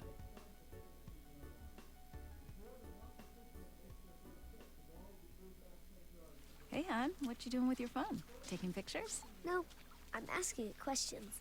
Like what? Hey, Bobo, do flowers have best friends? I'm sorry. I'm afraid I don't know that. Hey, follow me. I want to show you something. Look, flowers do have best friends. Whoa. Some answers can only be found in nature. Discover the unsearchable. Visit discovertheforest.org to find a trail near you. Brought to you by the United States Forest Service and the Ad Council. Okay, forest animals, kids are coming to the forest, and it's up to us to make their visit a good one. Sparrow, have you practiced the most popular bird songs for the year? Of course. Catchy. I like it. River, how's the temperature? It's a refreshing 52 degrees, man. I love it. Turtle. He's not here yet, man. He's late every morning. Okay. Squirrel. The forest has been preparing just for you. To learn more about cool things to do in the forest, visit discovertheforest.org. Brought to you by the U.S. Forest Service and the Ad Council. Hi, I'm Danica Patrick. Watching my nieces grow, play, and learn is amazing, but not every child gets to be carefree. 1 in 6 kids in the U.S. are hungry. This breaks my heart, and it's something that Feeding America is working to change. Each year, the Feeding America network of food banks rescues billions of pounds of good food that would have gone to waste and gives it to families in need. To help, visit feedingamerica.org. Brought to you by Feeding America and the Ad Council. Hi, I'm Danica Patrick. Watching my nieces grow, play, and learn is amazing, but not every child gets to be carefree. 1 in 6 kids in the U.S. are hungry. This breaks my heart, and it's something that Feeding America is working to change. Each year, the Feeding America network of food banks rescues billions of pounds of good food that would have gone to waste and gives it to families in need. To help, visit feedingamerica.org. Brought to you by Feeding America and the Ad Council.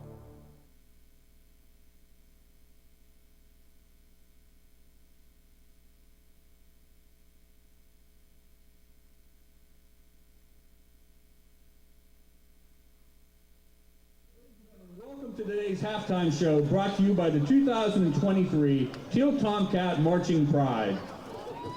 Today we plan to take you on a musical journey of the British rock band, the Beatles. We open our show's Magical Mystery Tour in A Hard Day's Night. Debuting in 1967, Magical Mystery Tour was British made for television and starring the Beatles. The film depicts a group of people on a coach tour who experience strange happenings caused by magicians. A Hard Day's Night was released on the film soundtrack of the same name in 1964. A Hard Day's Night on both American and British album held the top position in their respective charts simultaneously for a couple of weeks in August of 1964, the first time any artist had accomplished this feat. I'll get you a drink.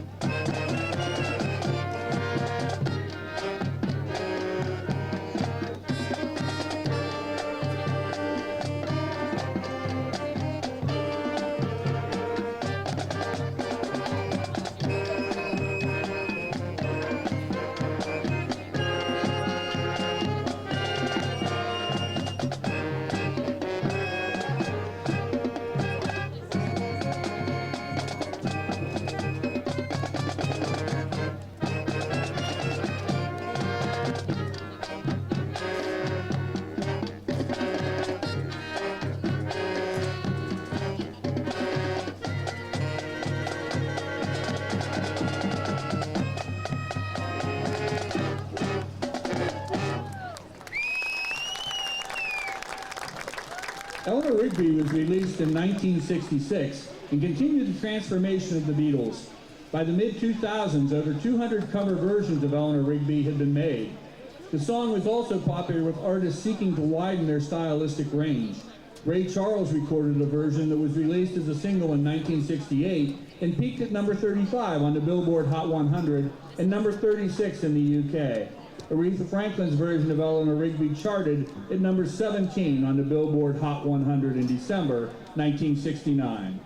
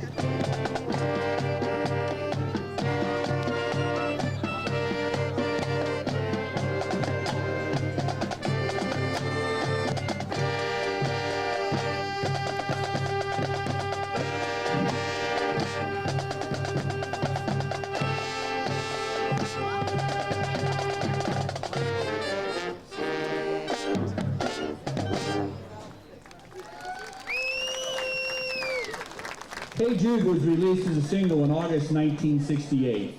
Hey Jude was the #1 singing hit in many countries around the world. It became the year's top-selling single in the UK, the US, Australia, and Canada.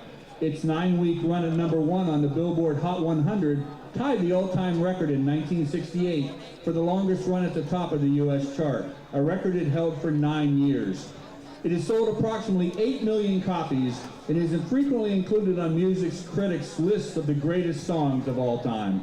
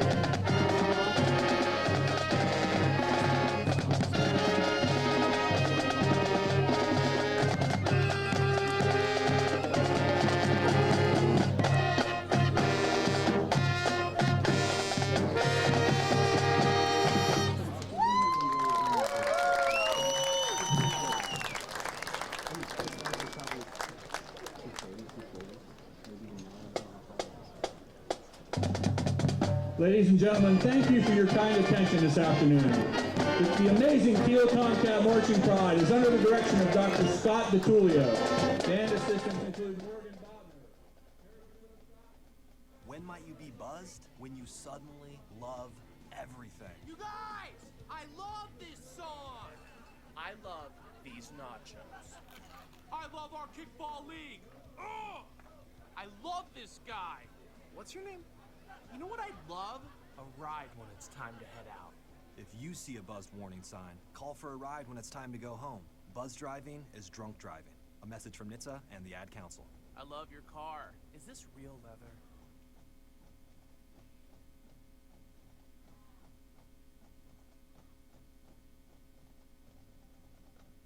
Hey, hon, what you doing with your phone? Taking pictures? No, I'm asking it questions. Like what? Hey, Bobo, do flowers have best friends? I'm sorry. I'm afraid I don't know that. Hey, follow me. I want to show you something.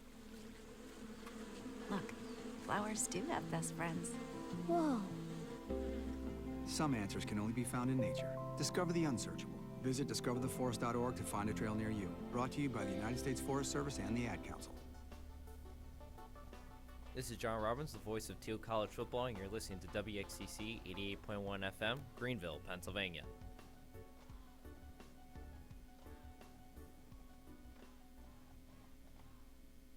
Hey, hon, what you doing with your phone? Taking pictures? No, I'm asking it questions. Like what?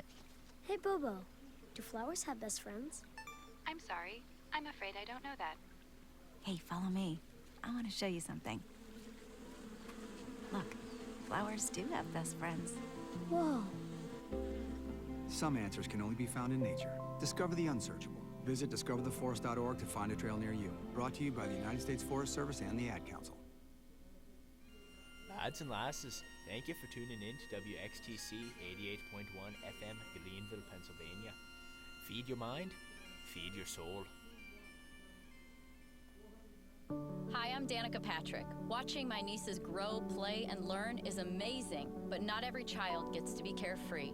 1 in 6 kids in the U.S. are hungry. This breaks my heart, and it's something that Feeding America is working to change. Each year, the Feeding America network of food banks rescues billions of pounds of good food that would have gone to waste and gives it to families in need. To help, visit feedingamerica.org. Brought to you by Feeding America and the Ad Council. Jill, why don't you tell the class what you did this weekend? Well, my dad and I went in search of some magical minnows and found a zillion of them in the stream from our lookout rock. Then my sister and I escaped from an evil slug king and went back to my super twig fort for safety. Then we told stories till it got dark, and the Big Dipper led us all the way home. Where were you, Jill? We went to the forest. It's not that far away. Ask your parents to take you and your friends to the forest this week. It's closer than you think. Check out discovertheforest.org. Brought to you by the U.S. Forest Service and the Ad Council.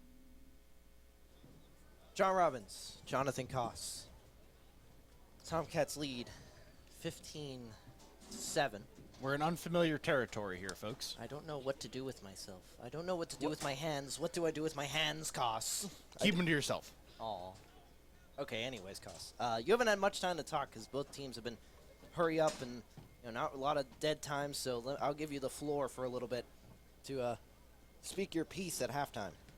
Well, we talked about in the first quarter that the Tomcats needed to make an adjustment offensively. What they were doing, a run-heavy style, a lot of options.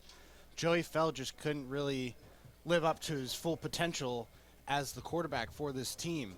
So what did they do? As the second quarter rolled around, they started to mix in a couple of screen passes. There was also a long ball over the middle to Jamar Jeter, who he pinned the ball between his thigh and his right hand. It was able to bring it in to his chest and make the play for a first down. That was a third down scenario.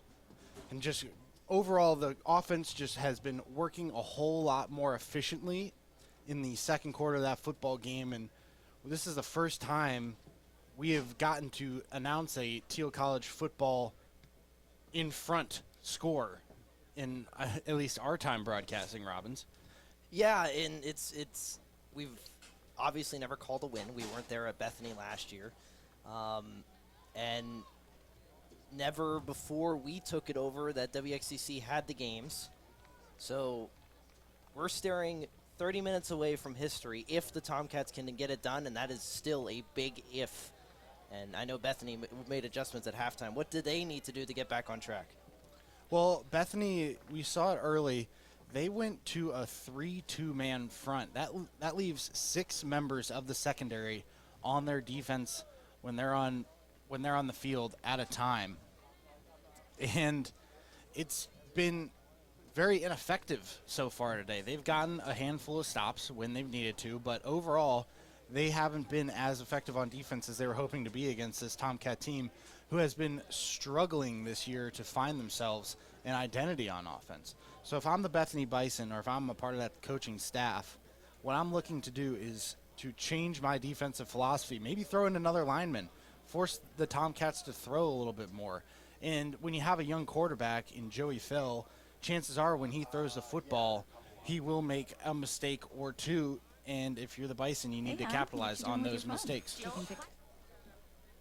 Cost, why are you breaking things? My apologies, folks. Anyways, but yes, no, there's been, what in the world? Why won't the sync shut off? All right, well, this is a great start to the second half. Luckily, it's only halftime, so it's not like anything important. Anyways, we're back. Yeah, but this Bethany team, they've had spurts of getting it. I mean, they have the. Wipe that smile off your face. You're distracting me. They've had spurts of being, really good offensively. They've been able to drive it down the field, but their score was aided by Thiel mistakes, and that is the biggest thing that the Tomcats need to combat, is shooting themselves in the foot. And, I mean, a team that the hardest teams to beat are the ones that don't beat themselves, and the Tomcats, as of late, have not beat themselves. Can they continue that pace up? Well, that remains to be seen. As we enter the final minute of halftime, we'll step aside and come back with the second half kickoff here on WXCC 88.1 FM, Greenville, Pennsylvania. Okay, forest animals, kids are coming to the forest, and it's up to us to make their visit a good one. Sparrow, have you practiced the most popular bird songs for the year? Of course. Catchy. I like it. River, how's the temperature? It's a refreshing 52 degrees, man. I love it. Turtle. He's not here yet, man. He's late every morning. Okay. Squirrel. The forest has been preparing just for you. To learn more about cool things to do in the forest, visit discovertheforest.org. Brought to you by the U.S. Forest Service and the Ad Council. This is John Robbins, the voice of Thiel College football, and you're listening to WXCC 88.1 FM, Greenville, Pennsylvania.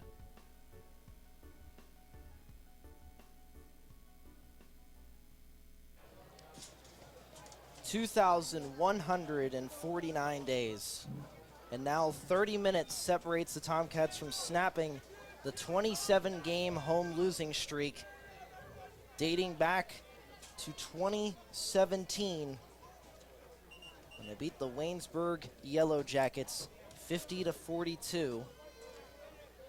And costs, my entire life I've been coming to Thiel Tomcat football games, sparingly here or there. I have never seen a win in person.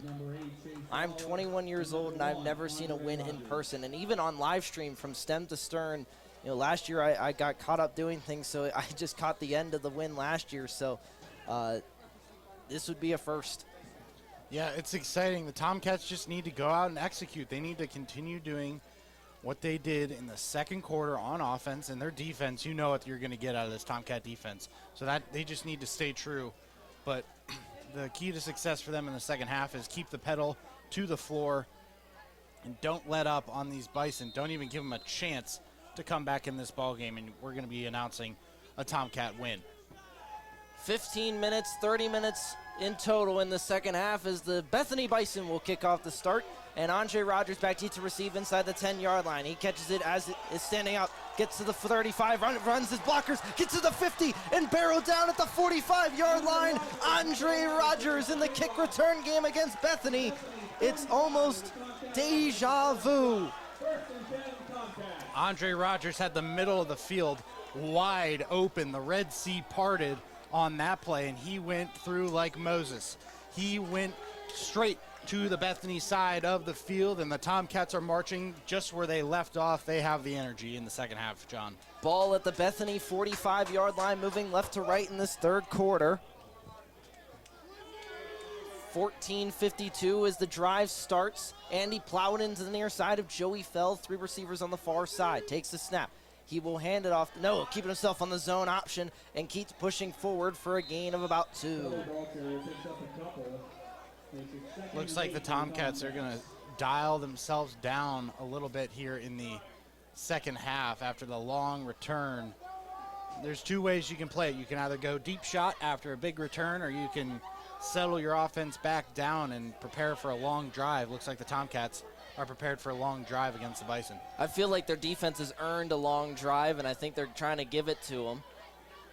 As Chase Lawler lines up as the lone receiver on the far side, 2 on the near as Joey Fell steps in. Sends a man in motion, that's Jamar Jeter, the Aliquippa product, as he hands it off to Andy Plowden.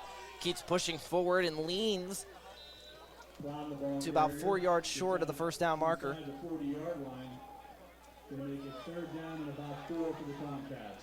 So this is big time for the Tomcats.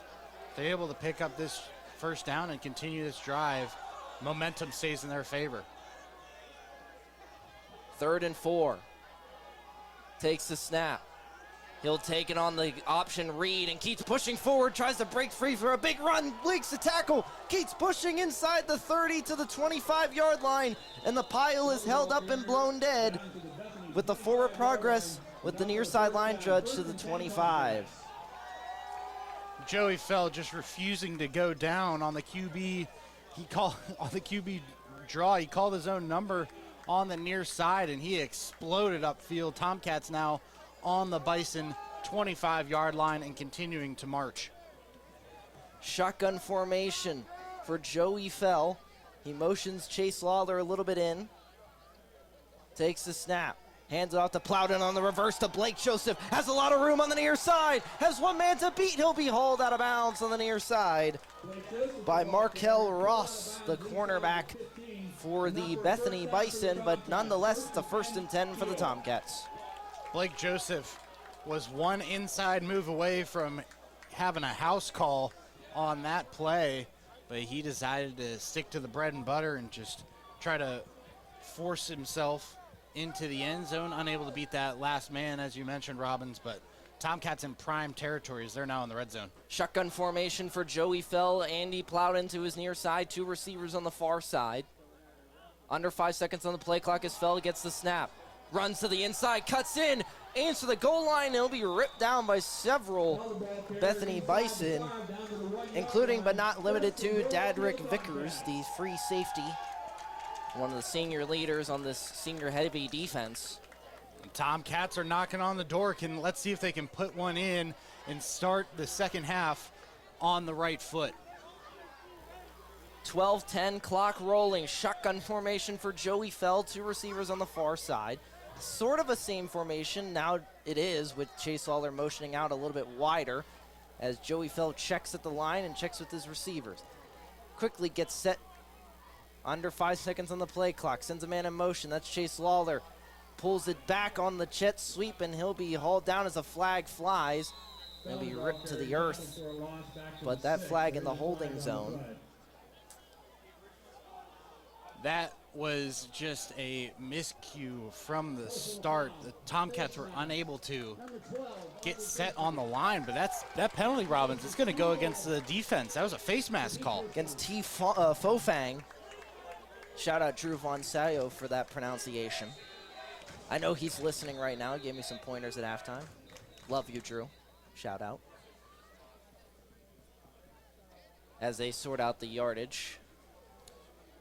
It'd be massive for the Tomcats' cause to get into the end zone here.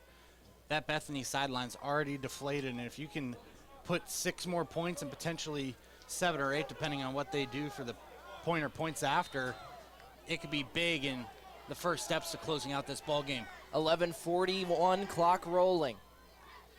Same formation as before, except this time with a tight end. Seth Phillips throws it to the jump pass to Chase Lawler again, nearly with one hand, hauls it in, incomplete. Sets up 2nd and goal. Chase Lawler, he already had one highlight play earlier in the game when he caught his touchdown. He was like, let's try to make SportsCenter top 10 on that one. He went up with one hand, trying to draw that ball back into the body, but unable to. the Tomcats set up to try again. My former teammate, I dapped him up before the game and said, do something cool so I can commentate it. And boy, did he, as he hands it off to Plowden, cuts to the inside, and he'll be hauled down in the backfield with a group of Bison.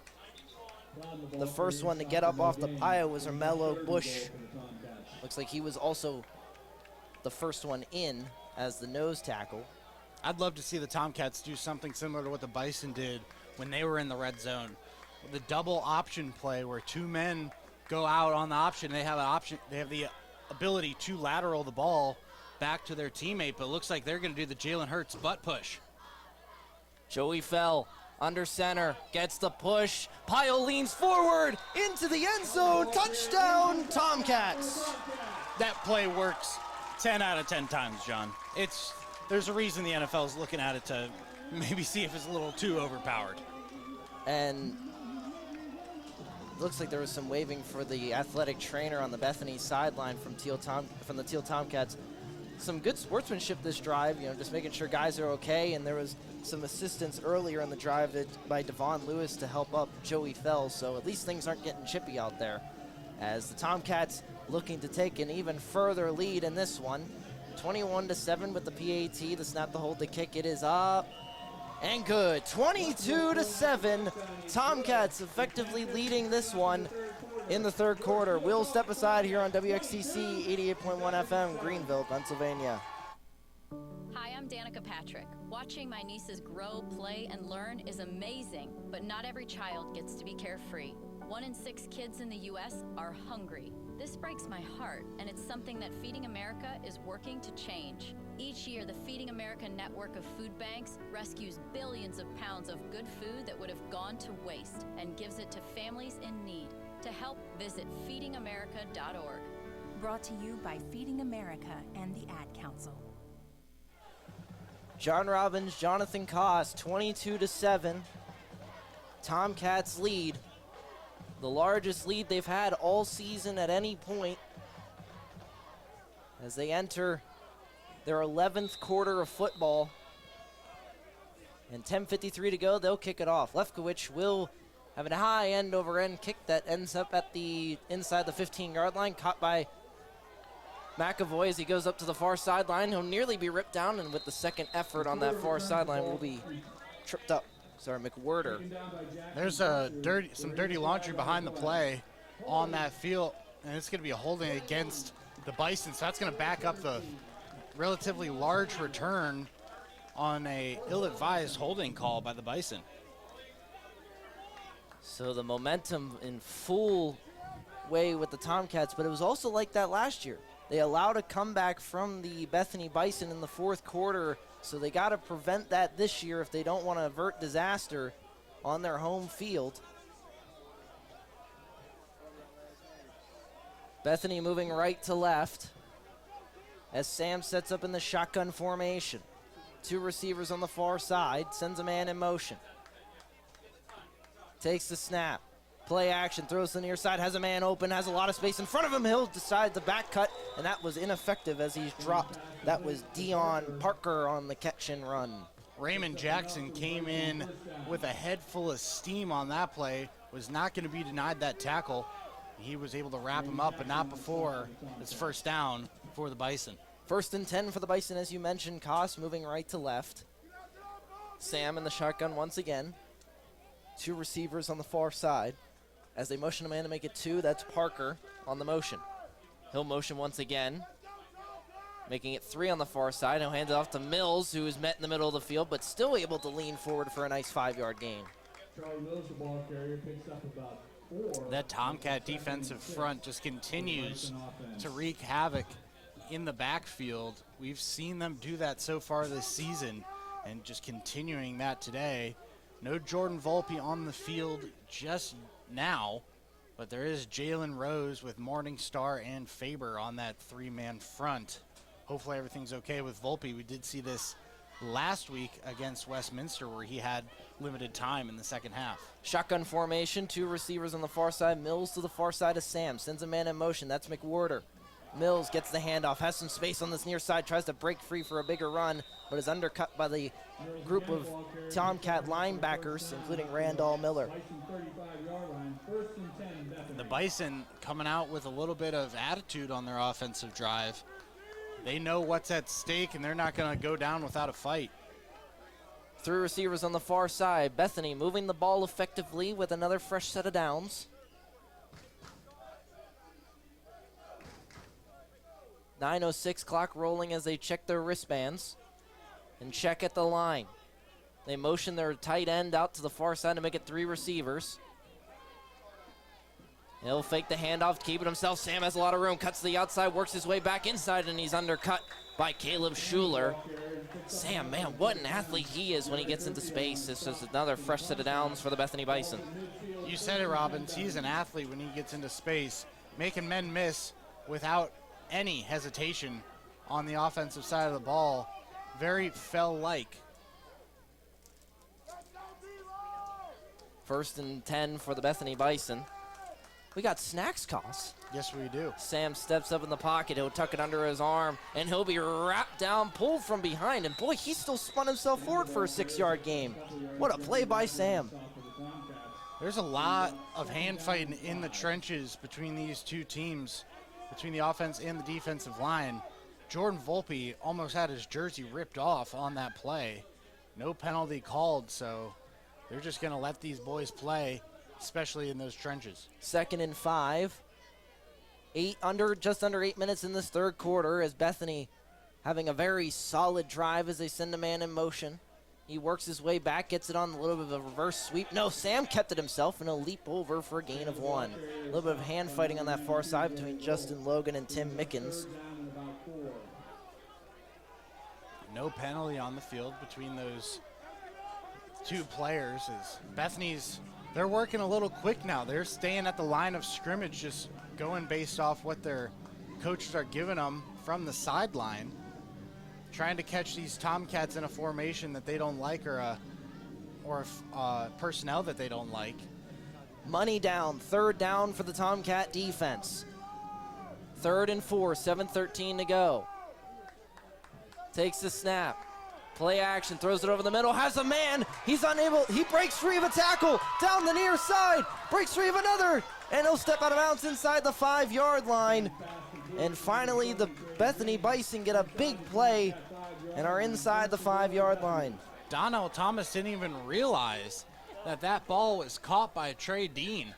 He just took off upfield. Thomas thought that ball was incomplete behind the play, just kind of gave up on it, but it was far from that. Shotgun formation. Takes the snap. Hands it off. No, sorry, he'll keep it himself, and he'll be wrapped up in the backfield. Ball's on the turf. Up to the 20, the 25, the 30. They'll say the play is dead. Dane had nothing but green ahead of him. Wow, that was close. I'm going to trust the ref's decision and say that play was dead, but man, that would have been a momentum shift that the Tomcats needed in the worst way. Yeah, and boy, would that would have blown this thing wide open. 6:32 to go, clock rolling, 22-7, following the big loss on the Sam carry. Hopefully I read the ball this time and don't make another mistake on who has it as he takes the snap. He'll keep it himself, looks to the near side, has nobody but throws it into the earth. Incomplete. So this Tomcat defensive front continuing to stay stout when they get inside the red zone. Just doing a great job preventing these Bethany Bison from getting into pay dirt. 3rd and goal, ball at the 8-yard line. Moving right to left are the Bethany Bison. 6:17 to go, a massive opportunity for the Tomcats. Backed up in their own territory. Shotgun formation as Sam stands in the shotgun. 3 receivers on the near side, sends a man in motion. He reverses his course and goes back. He'll keep it himself. Sam looking over his options, has nothing but blue jerseys in front of him, including, but not limited to, number 4, Raymond Jackson. Raymond Jackson took it upon himself to make that play. He came up firing, and Sam was unable to avoid the tackle as Ray Jack went low and was able to bring him down. 5:50 to go, clock rolling, And the offense stays on the field for the Bethany Bison, so an even bigger opportunity for the Tomcats to keep them out of the end zone. 4th and 7, and they need a touchdown here. Or a defensive penalty that gets them an automatic first down. Either or will work as a timeout by the Bethany Bison staff, and they are furious on that far sideline. We'll step aside here on WXCC 88.1 FM, Greenville, Pennsylvania. Thiel 22, Bethany 7. When might you be buzzed? When you suddenly love everything. You guys, I love this song. I love these nachos. I love our kickball league. Ugh! I love this guy. What's your name? You know what I'd love? A ride when it's time to head out. If you see a buzzed warning sign, call for a ride when it's time to go home. Buzz driving is drunk driving. A message from NHTSA and the Ad Council. I love your car. Is this real leather? 4th and 7 for the Bethany Bison offense. Trey Dean on that far side getting some water on his head, and as a guy that played a helmeted sport, I get that. That's probably the best feeling in the world when you get a cold Gatorade splash on your head. I don't think either program is wealthy enough to afford those air-conditioned helmets that are recently coming out. Those things are amazing. Anyways, 5:29 to go, 22-7. Takes the snap. Sam looking to the far side. He's hit as he throws. Incomplete! Tomcats take over. Sam didn't even have enough time to think before two Tomcats were in his face. Jordan Volpe and Chad Morningstar did a great job setting the edge on that play, and Luke Faber came in as well, so that Tomcat front continuing to stay dominant. Man, and he just threw that into the earth, and for the Tomcats, they must go 93 yards to score another touchdown. Even a field goal here would be huge. But as I mentioned, last year they gave up a pretty substantial lead in the fourth quarter, so they can't afford to do that again with 5:25 to go in the third. Shotgun formation for Joey Fell. He'll hand it off to Andy Plowden, who cuts up field after going east to west and trying to switch to north to south. His forward progress gets him to the original line of scrimmage. Joey Fell, another try at that read option, ends up handing it off to Plowden, who's just not able to get past the line of scrimmage. He's had a lot of success today running the football, but that play just got eaten alive by this Bethany defensive line. 4:54, clock rolling, 22-7, 2nd and 9. I'll say on the board, but it's a long 9 if I say that much. Sends a man in motion, that's Dre Rogers. He'll hand it off to Plowden, who tries to cut inside to the gap between the guard and the center, and he is dropped for a gain of, looks like a short 2. Long 1, short 2. Same regardless. Difference. Long and short 2. Yep. It's going to be long distance third down territory. We'll just call it that for Joey Fell and the Tomcats. 3rd and 8 is the official measurement on the board. 4 minutes to go, clock rolling. Shotgun formation for Joey Fell. He'll look to throw. Pressure coming, steps up in the pocket, and he will be wrapped up in the backfield at the 1-yard line. Ball came out. It's going to be Bison ball on the 1-yard line. Wow, disaster from the Tomcats, as it appears number 44, Dante Bellardo, on the recovery. He came up with it from the pile. So 1st and goal for the Bethany Bison immediately at the 1-yard line. That's not even the 1-yard line. That's a 1-inch line. They just need to do like the Tomcats said, they need to do a Jalen Hurts butt push.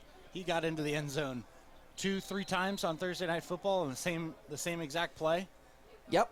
So, I mean, it's effective 10 out of 10 times, and if the Bison are smart, they're just going to do that and get back on the board and make this a one-possession ball game. They'll actually put Sam in the shotgun formation. The motion Mills to the near side. 2 receivers on the far side with a tight end behind the right guard. Takes the snap, he'll hand it off to Mills, who just easily finds his way into the end zone. Touchdown, Bethany.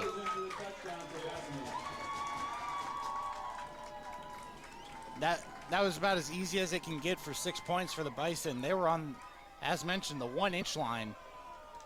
didn't have to do much to get in the end zone there, and they're able to convert after their defense came up huge for their cause. Well, we expected a dogfight, and we've got one now as the point after attempt for the Bethany Bison is coming up. Jack Sella, the place kicker, the snap, the hold, the kick, that thing's end over end and through. 22-14, we'll come back here on WXTC with the Tomcats leading. This is John Robbins, the voice of Thiel College football, and you're listening to WXTC 88.1 FM, Greenville, Pennsylvania.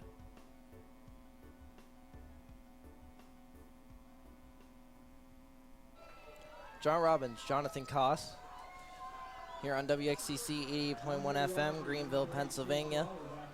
Teams quickly back on the field for a kickoff. Sella, the kickoff specialist for the Bethany Bison, comes out. Tomcats lead by 8, 3:52 to go in the third quarter, and Koss, we expected a dogfight, and boy, are we getting one. Yeah, we did, Robbins. We knew that Bethany wasn't just going to lay down and let the Tomcats cruise to victory in today's ball game. They were going to go down with a fight if they were going to go down. And they're going to continue to fight in this game. It's going to be up to the Tomcats to keep their offense on the field as much as possible, though. End over end, high arcing kick, and there are flags. Waiting for the ruling from the head referee. Not often do you see a flag on a kickoff. Jack Thorne, our head referee this afternoon.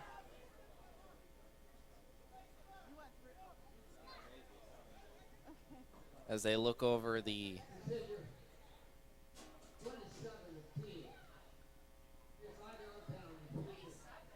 It's going to go against number 27 for the Tomcats, Hunter Knapsack. It's going to bring the Bison up. The senior receiver, the senior receiver from Florida.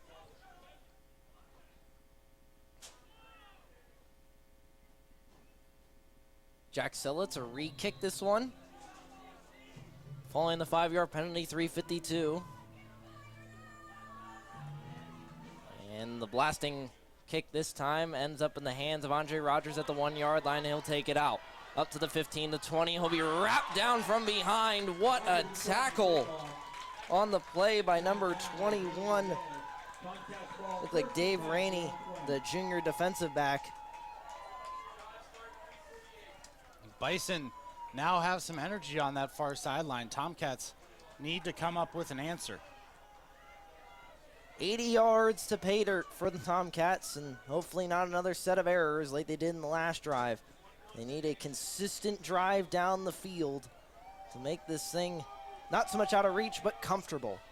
1st and 10 at the 20-yard line. Shotgun formation, sends out Andy Plowden in motion, throws it on the screen, pass out to him. He'll cut inside and works his way forward for a gain of 2.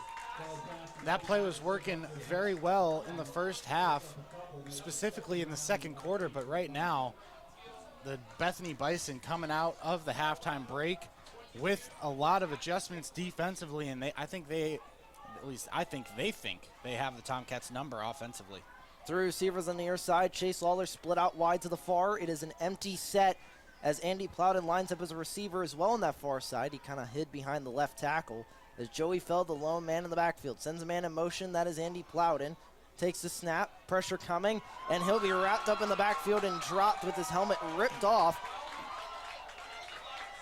So he'll have to come out for a play. This is going to answer a question for the Tomcats, too. Who's the backup? It appears to be number 18, Christian Martinez, the freshman quarterback from Poland, Ohio, and Poland Seminary High School. Interesting fact, I have coached against Poland Seminary High School. We love random facts from Robbins. Yes, the random facts of the day. 5 wide with backup quarterback Martinez in the backfield. The freshman backing up a fellow freshman. He'll drop back, throws it to the far side on a tunnel screen to Chase Lawler. Has a lot of room in front of him. Breaks free of a tackle. Cuts over a man. Martinez with the completion over to the 40. The 45. Leaps over a man at the 50. Chase Lawler. I mean, what better way to welcome your college football career than a 25-yard completion. And he stays in the game, too. Might as well give the keys to the young man. Chase Lawler came over to the sideline, was mobbed, and just looked at the crowd like, you know who I am. They call him Uno in lacrosse and Ocho here on the field for the Thiel Tomcat football team. 3 receivers on the far side. Martin is still in the game. Sends a man in motion. That is Plowden. Takes the snap. Throws it on the screen pass to him, and the in and out of the hands of Andy Plowden falls incomplete. That ball needs to be caught by Andy Plowden. That hit both hands. Just ineffective ball catching. He had a lot of field ahead of him, too, especially against secondary members of the Bethany Bison defense.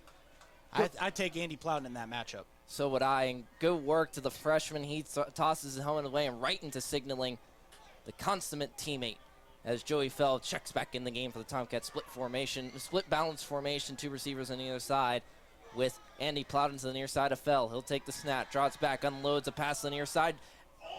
Andre Rogers batted up in the air, intercepted down the near sideline. He'll be dropped by Joey Fell. A mental error by Andre Rogers ends up in the hands of Markel Ross, and now prime territory for the Bethany Bison. That ball was not on Joey Fell. Andre Rogers just fell to the turf and it hit his leg. And the ball just popped up right into the hands of, I believe that was Markel Rose, who made that interception and took off down the sideline. Yeah, Ross with the interception, racing down the sideline. Another one of these upperclassmen leaders for the Bethany Bison on this defense. But more importantly, they take over at the 25-yard line just outside of the red zone. Sends a man in motion, that's Mills. Sam looks over to the far side with Mills there. He manages to slightly avert from Raymond Jackson, but still clipped his ankle and brought him down, and he'll be at the original line of scrimmage for 2nd and 10.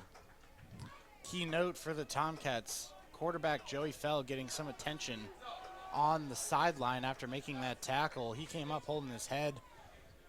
He was the only man to beat, and nothing separated him from the end zone and Markel Rose. But he threw his body on the line, and he's paying for it right now. This kid's been taking a beating today as Sam is in the shotgun, hands it off to Mills, and he'll be wrapped down after a gain of 2.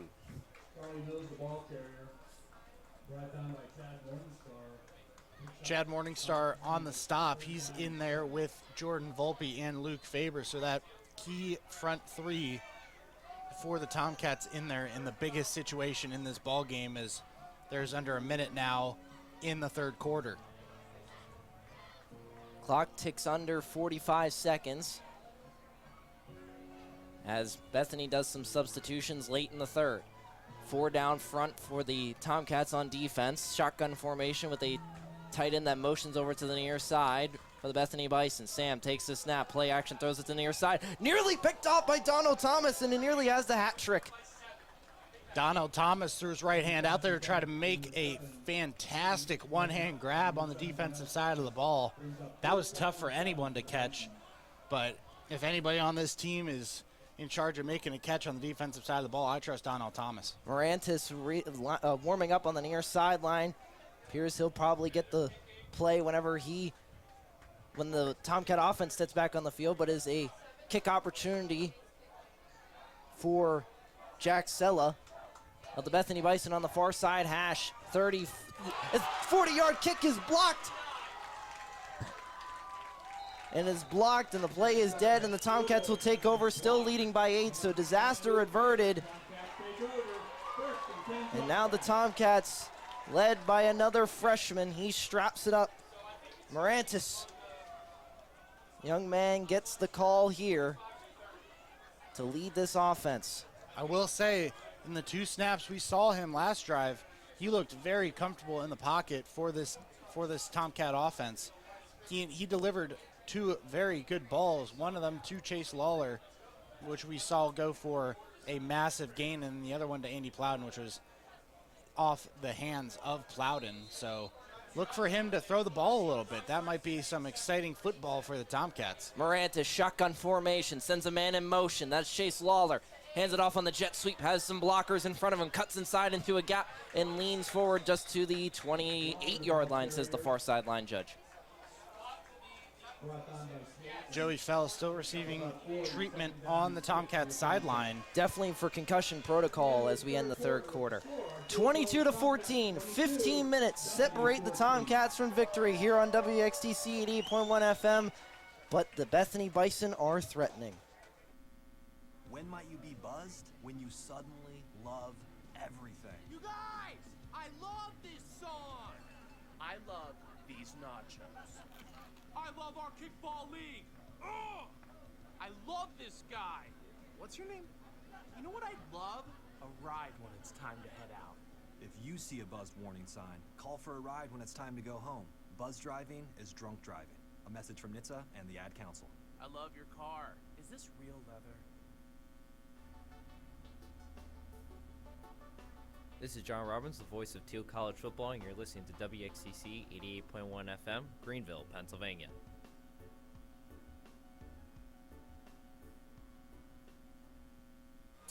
John Robbins, Jonathan Koss, a fresh 15 on the board in the final 15 we will have here at Thiel College Alumni Stadium. Because regardless if we go to overtime, it's untimed at that point, so final 15 regardless of result. Joey Fell still on the near side, trainer's bench. Morantis in the shotgun formation, sends a man in motion. That's Jamar Jeter. Claps takes the snap, flips it on the pitch to Donnie Pattison. He breaks into a gap and is wrangled down by two linebackers, and he's roughed up at the end of the play as he's one of the Bethany Bison trying to get up after the tackle. Things starting to get a little chippy between these two teams as that was Chaffin trying to get up on the tackle, by the way. As they'll step back in, through receivers on the far side. Donnie Pattison offset to the far side of Morantis. Claps takes the snap, hands it off to Pattison, who runs up the middle of the field on the draw play, it almost looked like, and he'll be dropped after a gain of a yard.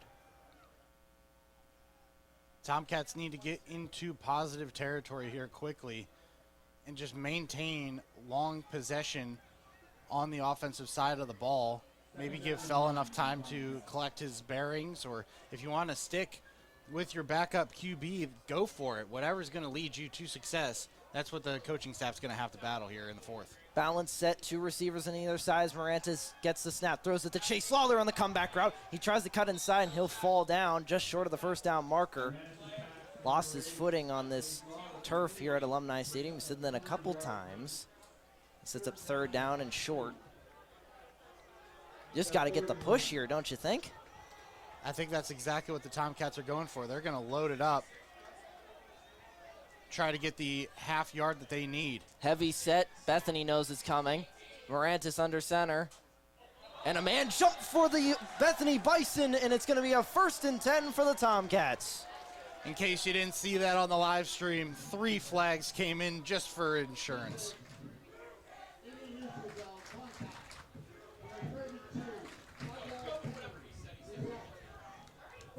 Fraley on the error there, the backup outside linebacker. Gets caught in the neutral zone, and it's a 1st and 10 for the Tomcats. Moving right to left, 13-20, just trying to chew up as much clock as possible with Donnie Pattison to the far side of Morantis. Claps takes the snap. Play action, throws it over the middle of the field for Chase Lawler, and just out of his grasp for the #1 receiver on this team. I will say I love the way that Christian Morantis throws a football. He throws it on a line and has been very effective in his throws today. Has gone through his progressions very well. That time looked like it was a designed route and throw to Chase Lawler the entire way. But regardless, he's been very good for these Tomcats in the second half when he's been called upon. Takes the snap. Hands it off to Donnie Pattison on the sweep. He'll evade the first tackle, trying to get the corner, and he does, but just barely, as a couple assistants from the linebacking crew included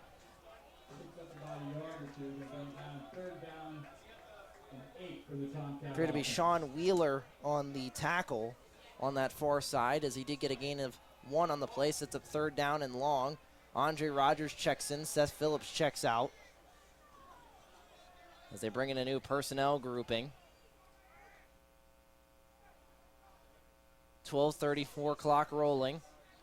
Officially on the scoreboard, it is 3rd and 8. Pivotal 3rd down for the Tomcats at the 50-yard line. Morantis takes the snap, looks to the near side, will step up in the pocket and will be hauled down. Just not enough time to find Andre Rogers on the near side, who he was looking at. Punt team's going to come out now for the Tomcats. They're going to lean on their defense to try to get a stop here and keep them in the leading column of this ball game. I think it's the right decision. You give the ball, not essentially give the ball, but give the ball to the side of the team that's been proving you right all year long. Joey Fell still on the near side training bench as one of his linemen comes and checks in on him. That's Benny Ortiz, the backup left tackle, who checks in on him. A little bit of an off-center snap for Devine. He'll get it off. Nice. Wow, what a punt by Devine, as that one takes a Tomcat bounce and keeps rolling near the 20-yard line, and it'll finally roll dead at the 21. So 1st and 10 for the Bethany Bison. We'll step aside real quickly here on WXTC. When might you be buzzed? When you suddenly love everything. You guys, I love this song. I love these nachos. I love our kickball league. Ugh! I love this guy. What's your name? You know what I love? A ride when it's time to head out. John Robbins, Jonathan Koss, 1st and 10. 11:22 to go. Sam in the shotgun takes the snap, hands it off to Mills, who will barrel his way forward for a gain of 2 on the play. Sorry, that'll be 3. He did get the extra yard according to the far side line judge, and the near side one agrees as well. Tomcats continuing to bring that 3-man front with some assistance by Thomas Wilson as well. He comes in every once in a while as a rushing linebacker. Right now, they're sticking with those main 3 guys on that defensive line. Notable is Luke Faber not in the game right now. Sends a man in motion. A little bit of off-center snap for Sam, who'll hand it off to Mills, and he'll be stopped after another 2-yard gain. Mills consistent in his runs, but just not enough to really make it effective. Except when he does sometimes break it out wide and gets a couple extra yards, but he's usually a 2 to 3 yard back. Now the Tomcats going 4-man front, going heavy on that offensive line. It's going to be Volpe, Faber, Morningstar, and I believe that's Jalen Rose on the far side. Could be wrong on that. It does look like Rose. 4 down front, sends a man in motion. That's Jacob Munoz. He'll flip to the far side, makes it 2 receivers, and whistles and a timeout for Bethany. We will step aside. 22 to 14, 9:54 to go here in this one. Hey, hon, what you doing with your phone? Taking pictures? No, I'm asking it questions. Like what? Hey, Bobo, do flowers have best friends? I'm sorry. I'm afraid I don't know that. Hey, follow me. I want to show you something. Look, flowers do have best friends. Whoa. Some answers can only be found in nature. Discover the unsearchable. Visit discovertheforest.org to find a trail near you. Brought to you by the United States Forest Service and the Ad Council. Second charge timeout for the Bethany Bison as we come back here on WXTC 88.1 FM. Greenville, Pennsylvania. Tomcats 9 minutes and 54 seconds away if they can hold on. Bethany looking to score 8 points to at least tie this thing up. Here we go. Sam, shotgun formation on 3rd and 6. Sends a man in motion. Takes the snap. Play action. Looks to the near side. A flag flies. That one will be intercepted. Raymond Jackson is mobbed by his teammates on the near side sideline. There is a flag on the ground, though. It looks like it's going to be against the Bethany Bison. Declined. 1st and 10 for the Tomcats. And in scoring range to put this thing at least in more comfortable territory than 8. Points here in any fashion would be big for the Tomcats, whether they come in a touchdown variety or just a plain old field goal. Points make this a 2-possession game, and that would be massive for the Tomcats. Let's see who comes out at quarterback for them to start this drive. Morantis is the answer to that question, Koss. With Andy Plowden to the far side of him, the freshman from Poland Seminary High School, just down the road past Hermitage. 1st and 10 for the Tomcats, ball at the 35-yard line. He claps and takes the snap. He hands it off to Andy Plowden, cuts inside the middle of the field, evades the first tackle, breaks the second, and on the third attempt by the Bethany defense, he is eventually hauled down by Fraley, who had the offsides call to continue the Tomcat drive earlier in this quarter. Andy Plowden is a freight train who just runs strictly downhill. He's not going to break you with his dance moves in the open field. He's going to truck you into the turf and make you taste it. And he did that to 3 Bethany Bison right there. 2nd and 1, Morantis, shotgun formation, plowed into his near side. He'll hand it off to him, tries to back cut, leans forward. He's hit hard as he got to the first down marker with his helmet, but not the ball, so he'll be short by a half a yard. Looks like the Tomcats are going to keep the offense out there in the same formation. Plowden to the far side yet again. Looks like they're just going to try to play power football to get this first down. Bethany stacking the box with Morantis, and the shotgun with Seth Phillips to the far side of him as the tight end hands it off to Plowden on the high snap. He'll keep learning forward. I think he got the first down. It's going to be very close. He might not have gotten it.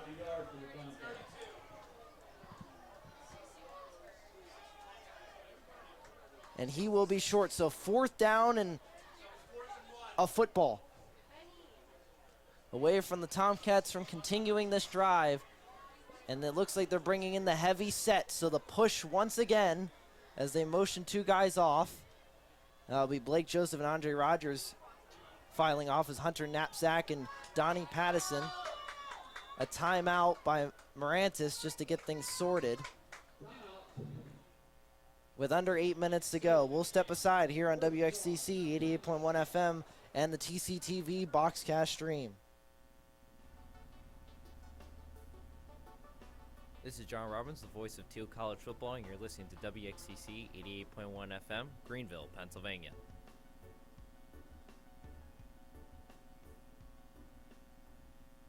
Hi, I'm Danica Patrick. Watching my nieces grow, play, and learn is amazing, but not every child gets to be carefree.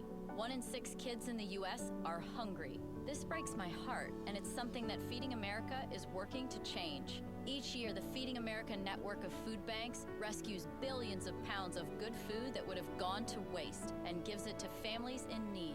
To help, visit feedingamerica.org. Brought to you by Feeding America and the Ad Council. John Robbins, Jonathan Koss, 4th and a football for the Tomcats. 7:58 to go. Morantis subs out. And Donnie Pattison will line up at quarterback for this sneak formation. Under center, Pattison takes the snap, pushes forward. Looks like he got it. That's going to be very close. It's going to depend on where the line judges put him, because 2 of them, they're both in different areas. People both pointing both ways as the pile continues to clear.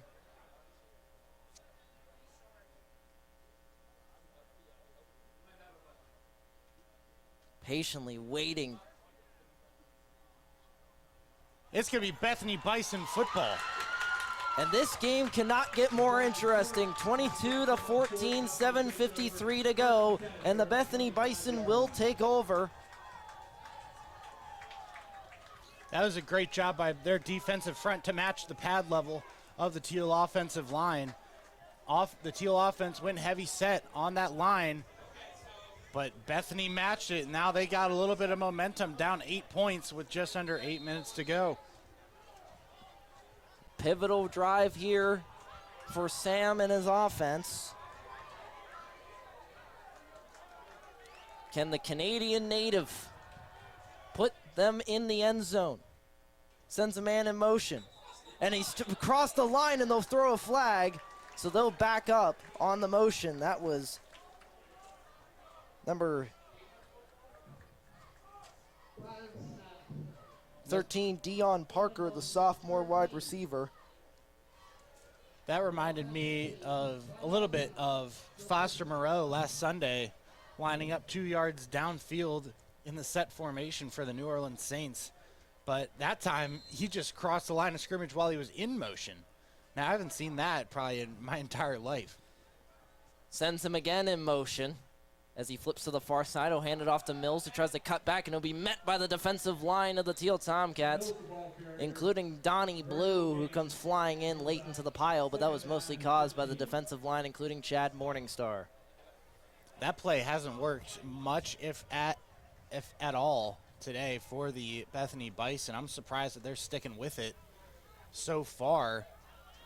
Up the middle has just been locked off by this defensive front for the Tomcats. 7:20 to go, clock rolling. Sam looks over the defense. Takes the snap, a little bit off center. He drops the ball, pressure coming. He'll tuck it under his arm to run. He'll be blown up and brought down after a gain of 3.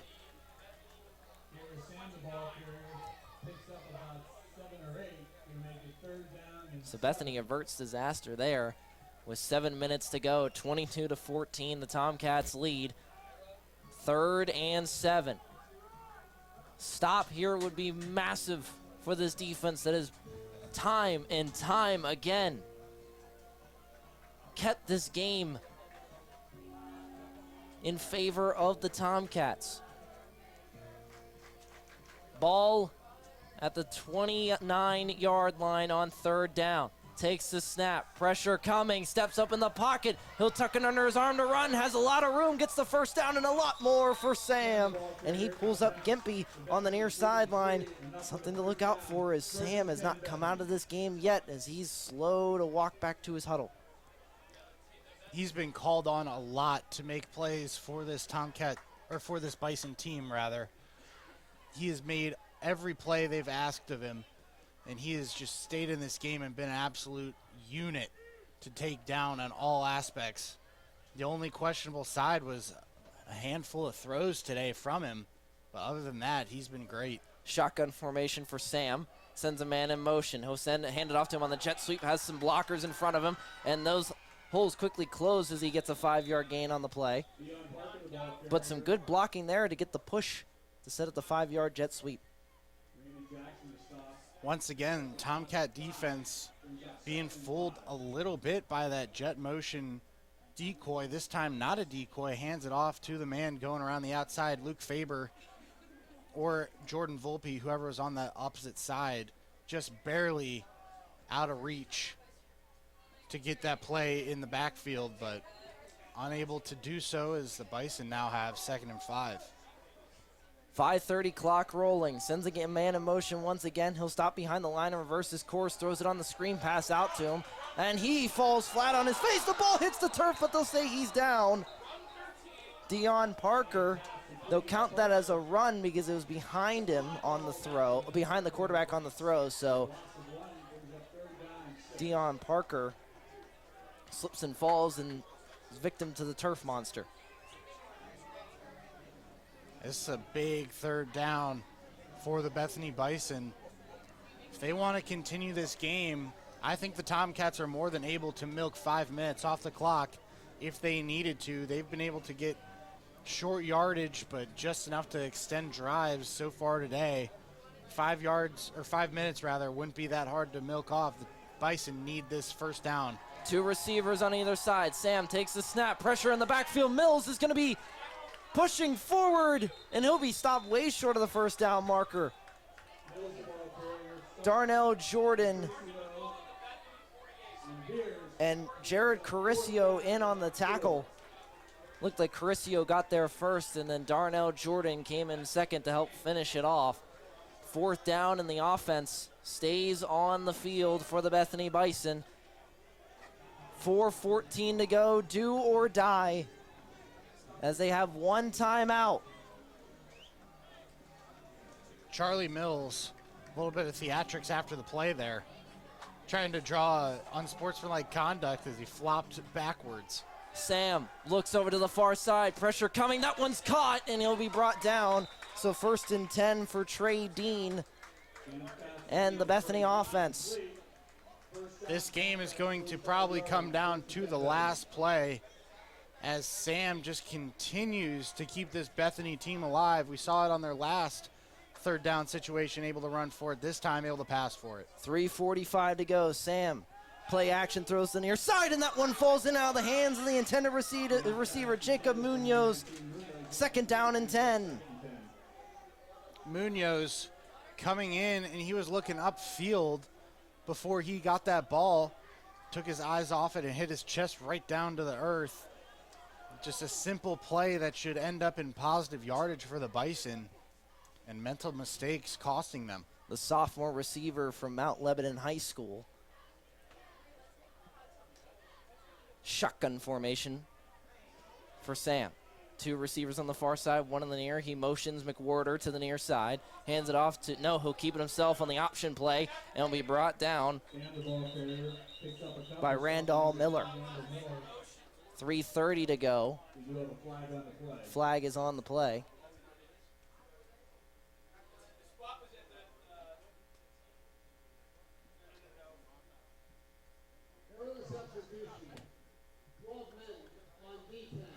"12 men against the Tomcat defense, and a mental error." The best part is there's still 12 men on the field, Robbins. Yes, as Caleb Schuler finally finds his way to the sideline. Sets up 2nd down. 2nd and 5, 3:23 to go. Bethany trying to keep this game in reach. Tomcats show pressure.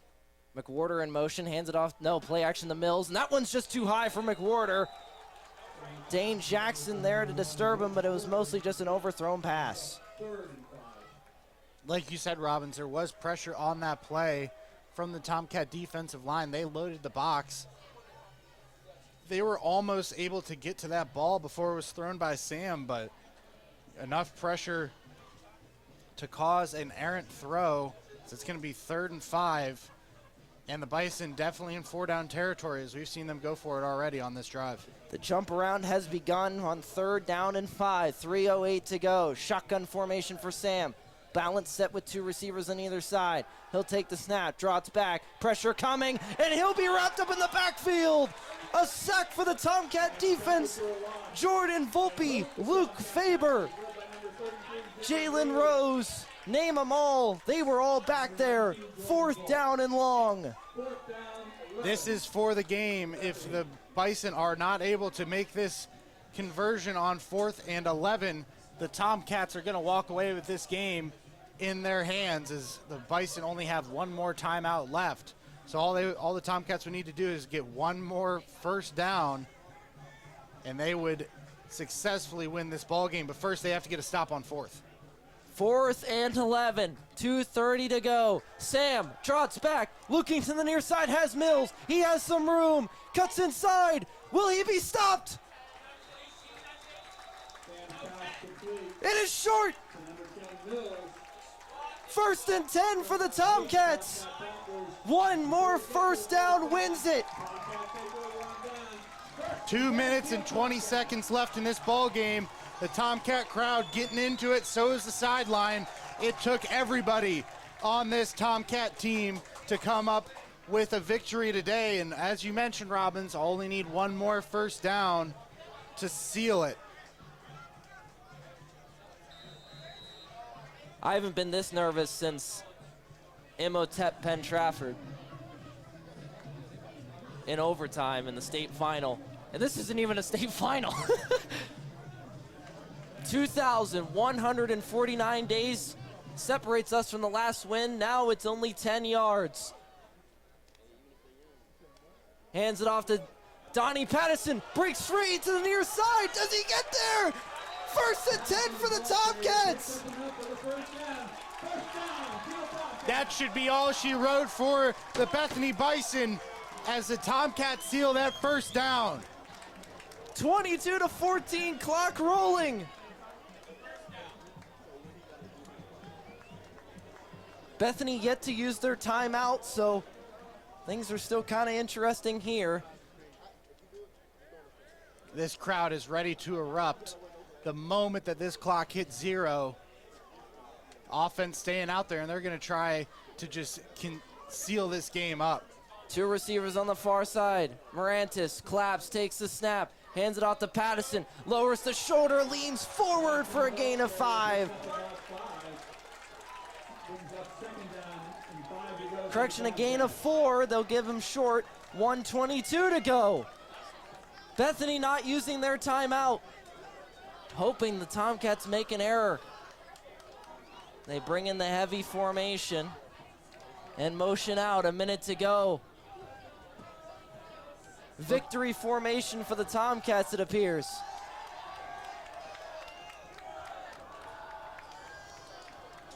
As we enter a minute to go. Morantis takes the snap and kneels it down. 6 years in the making. 2,149 days. You can put that to 0. Since the last time the Tomcats have won a game here at Alumni Stadium. This place is on the verge of eruption in about 20 seconds. Morantis has one more kneel down.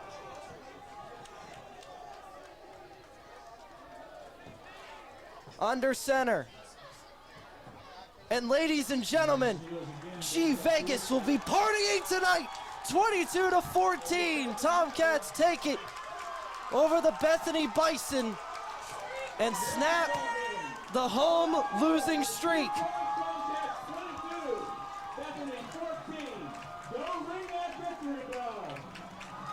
The Tomcats have not gotten to ring the victory bell outside of Alumni Stadium in 6 years.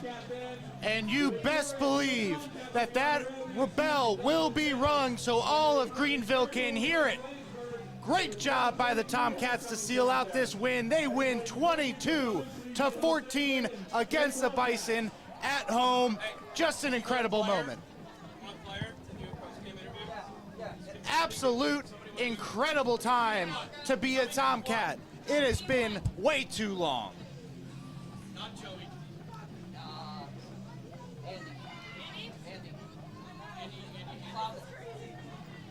Sorry, we're commuting post-game interviews. This is... I'm a loss for words, Goss. It's just an incredible environment to be in. Tomcats get the win against the Bethany Bison, John. Floor is yours. 21 years I've followed the Tomcats through family. I've been to games, and I've never seen them win. And finally, after years of doing this, Koss, I understand that I'm supposed to stay professional, but I really can't right now. Just a great time to be a Tomcat.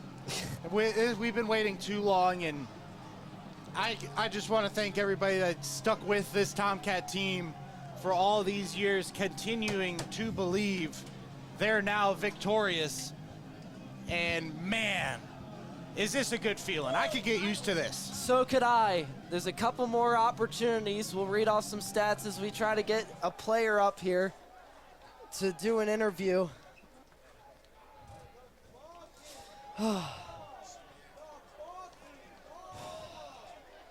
Take a breath, John. Yes. Take a breath. All right, so let's break this down. Joey Fell, who went down with an injury, 8 for 15, 1 interception, 48 yards, and the 2 touchdowns through the air. Christian Morantis, 2 for 4 for 44 yards. Andy Plowden rushing 12 carries, 40 yards. Joey Fell, 63 between gained and lost. and a touchdown on 19 carries. Chase Lawler, 3 catches, 49 yards, and a touchdown. 7 total tackles by Raymond Jackson. Jordan Volpe, 5 total tackles. Chad Morningstar and Jared Carissio with 4. 22-14, Tomcats win. We'll step aside for a little bit and hopefully come back with Andy Plowden or whoever Ed Topoleski gets for us. This is unreal. Tomcats win 22-14 for the first time ever on WXTC airwaves. When might you be buzzed? When you suddenly love everything. You guys, I love this song. I love these nachos. I love our kickball league. Ugh! I love this guy. What's your name? You know what I'd love? A ride when it's time to head out. If you see a buzzed warning sign, call for a ride when it's time to go home. Buzz driving is drunk driving. A message from NHTSA and the Ad Council. I love your car. Is this real leather?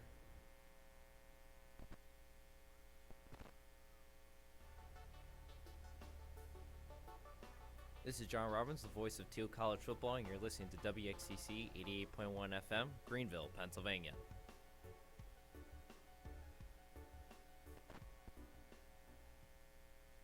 Hey, hon, what you doing with your phone? Taking pictures? No, I'm asking it questions. Like what? Hey, Bobo, do flowers have best friends? I'm sorry. I'm afraid I don't know that. Hey, follow me. I want to show you something. Look, flowers do have best friends. Whoa. Some answers can only be found in nature. Discover the unsearchable. Visit discovertheforest.org to find a trail near you. Brought to you by the United States Forest Service and the Ad Council. Jill, why don't you tell the class what you did this weekend? Well, my dad and I went in search of some magical minnows and found a zillion of them in the stream from our lookout rock.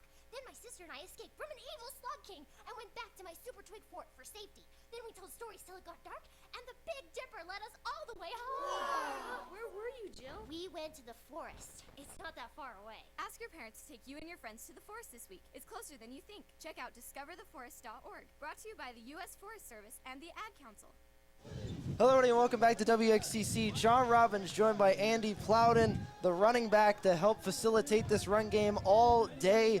Andy, can you explain? You've been a part of this program. I know you won on the road, but what does it mean to finally get one at home as a fifth-year senior? Man, it means a lot, man. Man, we've been trying to do this for a long time.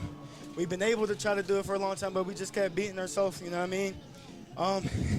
Hey, I'm just happy, man. I don't even know what to say for real. I'm still trying to take it in, but it means a lot. We worked hard. I mean, we felt like we should have been 3-0 by now. I mean, this should have been the third win. But we're going to build off of this, and we're just going to bounce back and continue trying to be great this season. A great performance in the run game. Coach has been preaching the last 3 weeks, you guys need to establish a run game. What was the key today to get that run game over the edge? As the running backs, we just know that just be downhill. Get the ball, just trusting our linemen, trusting our play calling, and be downhill. And that's all we talk about every day. We preach it in and out of practice.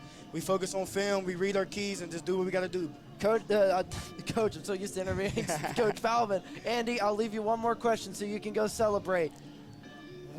How do you take this win in and get ready for next week? Hey, we celebrate today and get right back to business tomorrow. Focus on the next week. We got W&J. Hey, we locked in. We're going to celebrate today, though, for sure. Ring that bell, and then we back to business. Hey, I'll see you tonight. Yes, sir. All right, everybody. Thanks for tuning in to WXCC 88.1 FM, Greenville, Pennsylvania.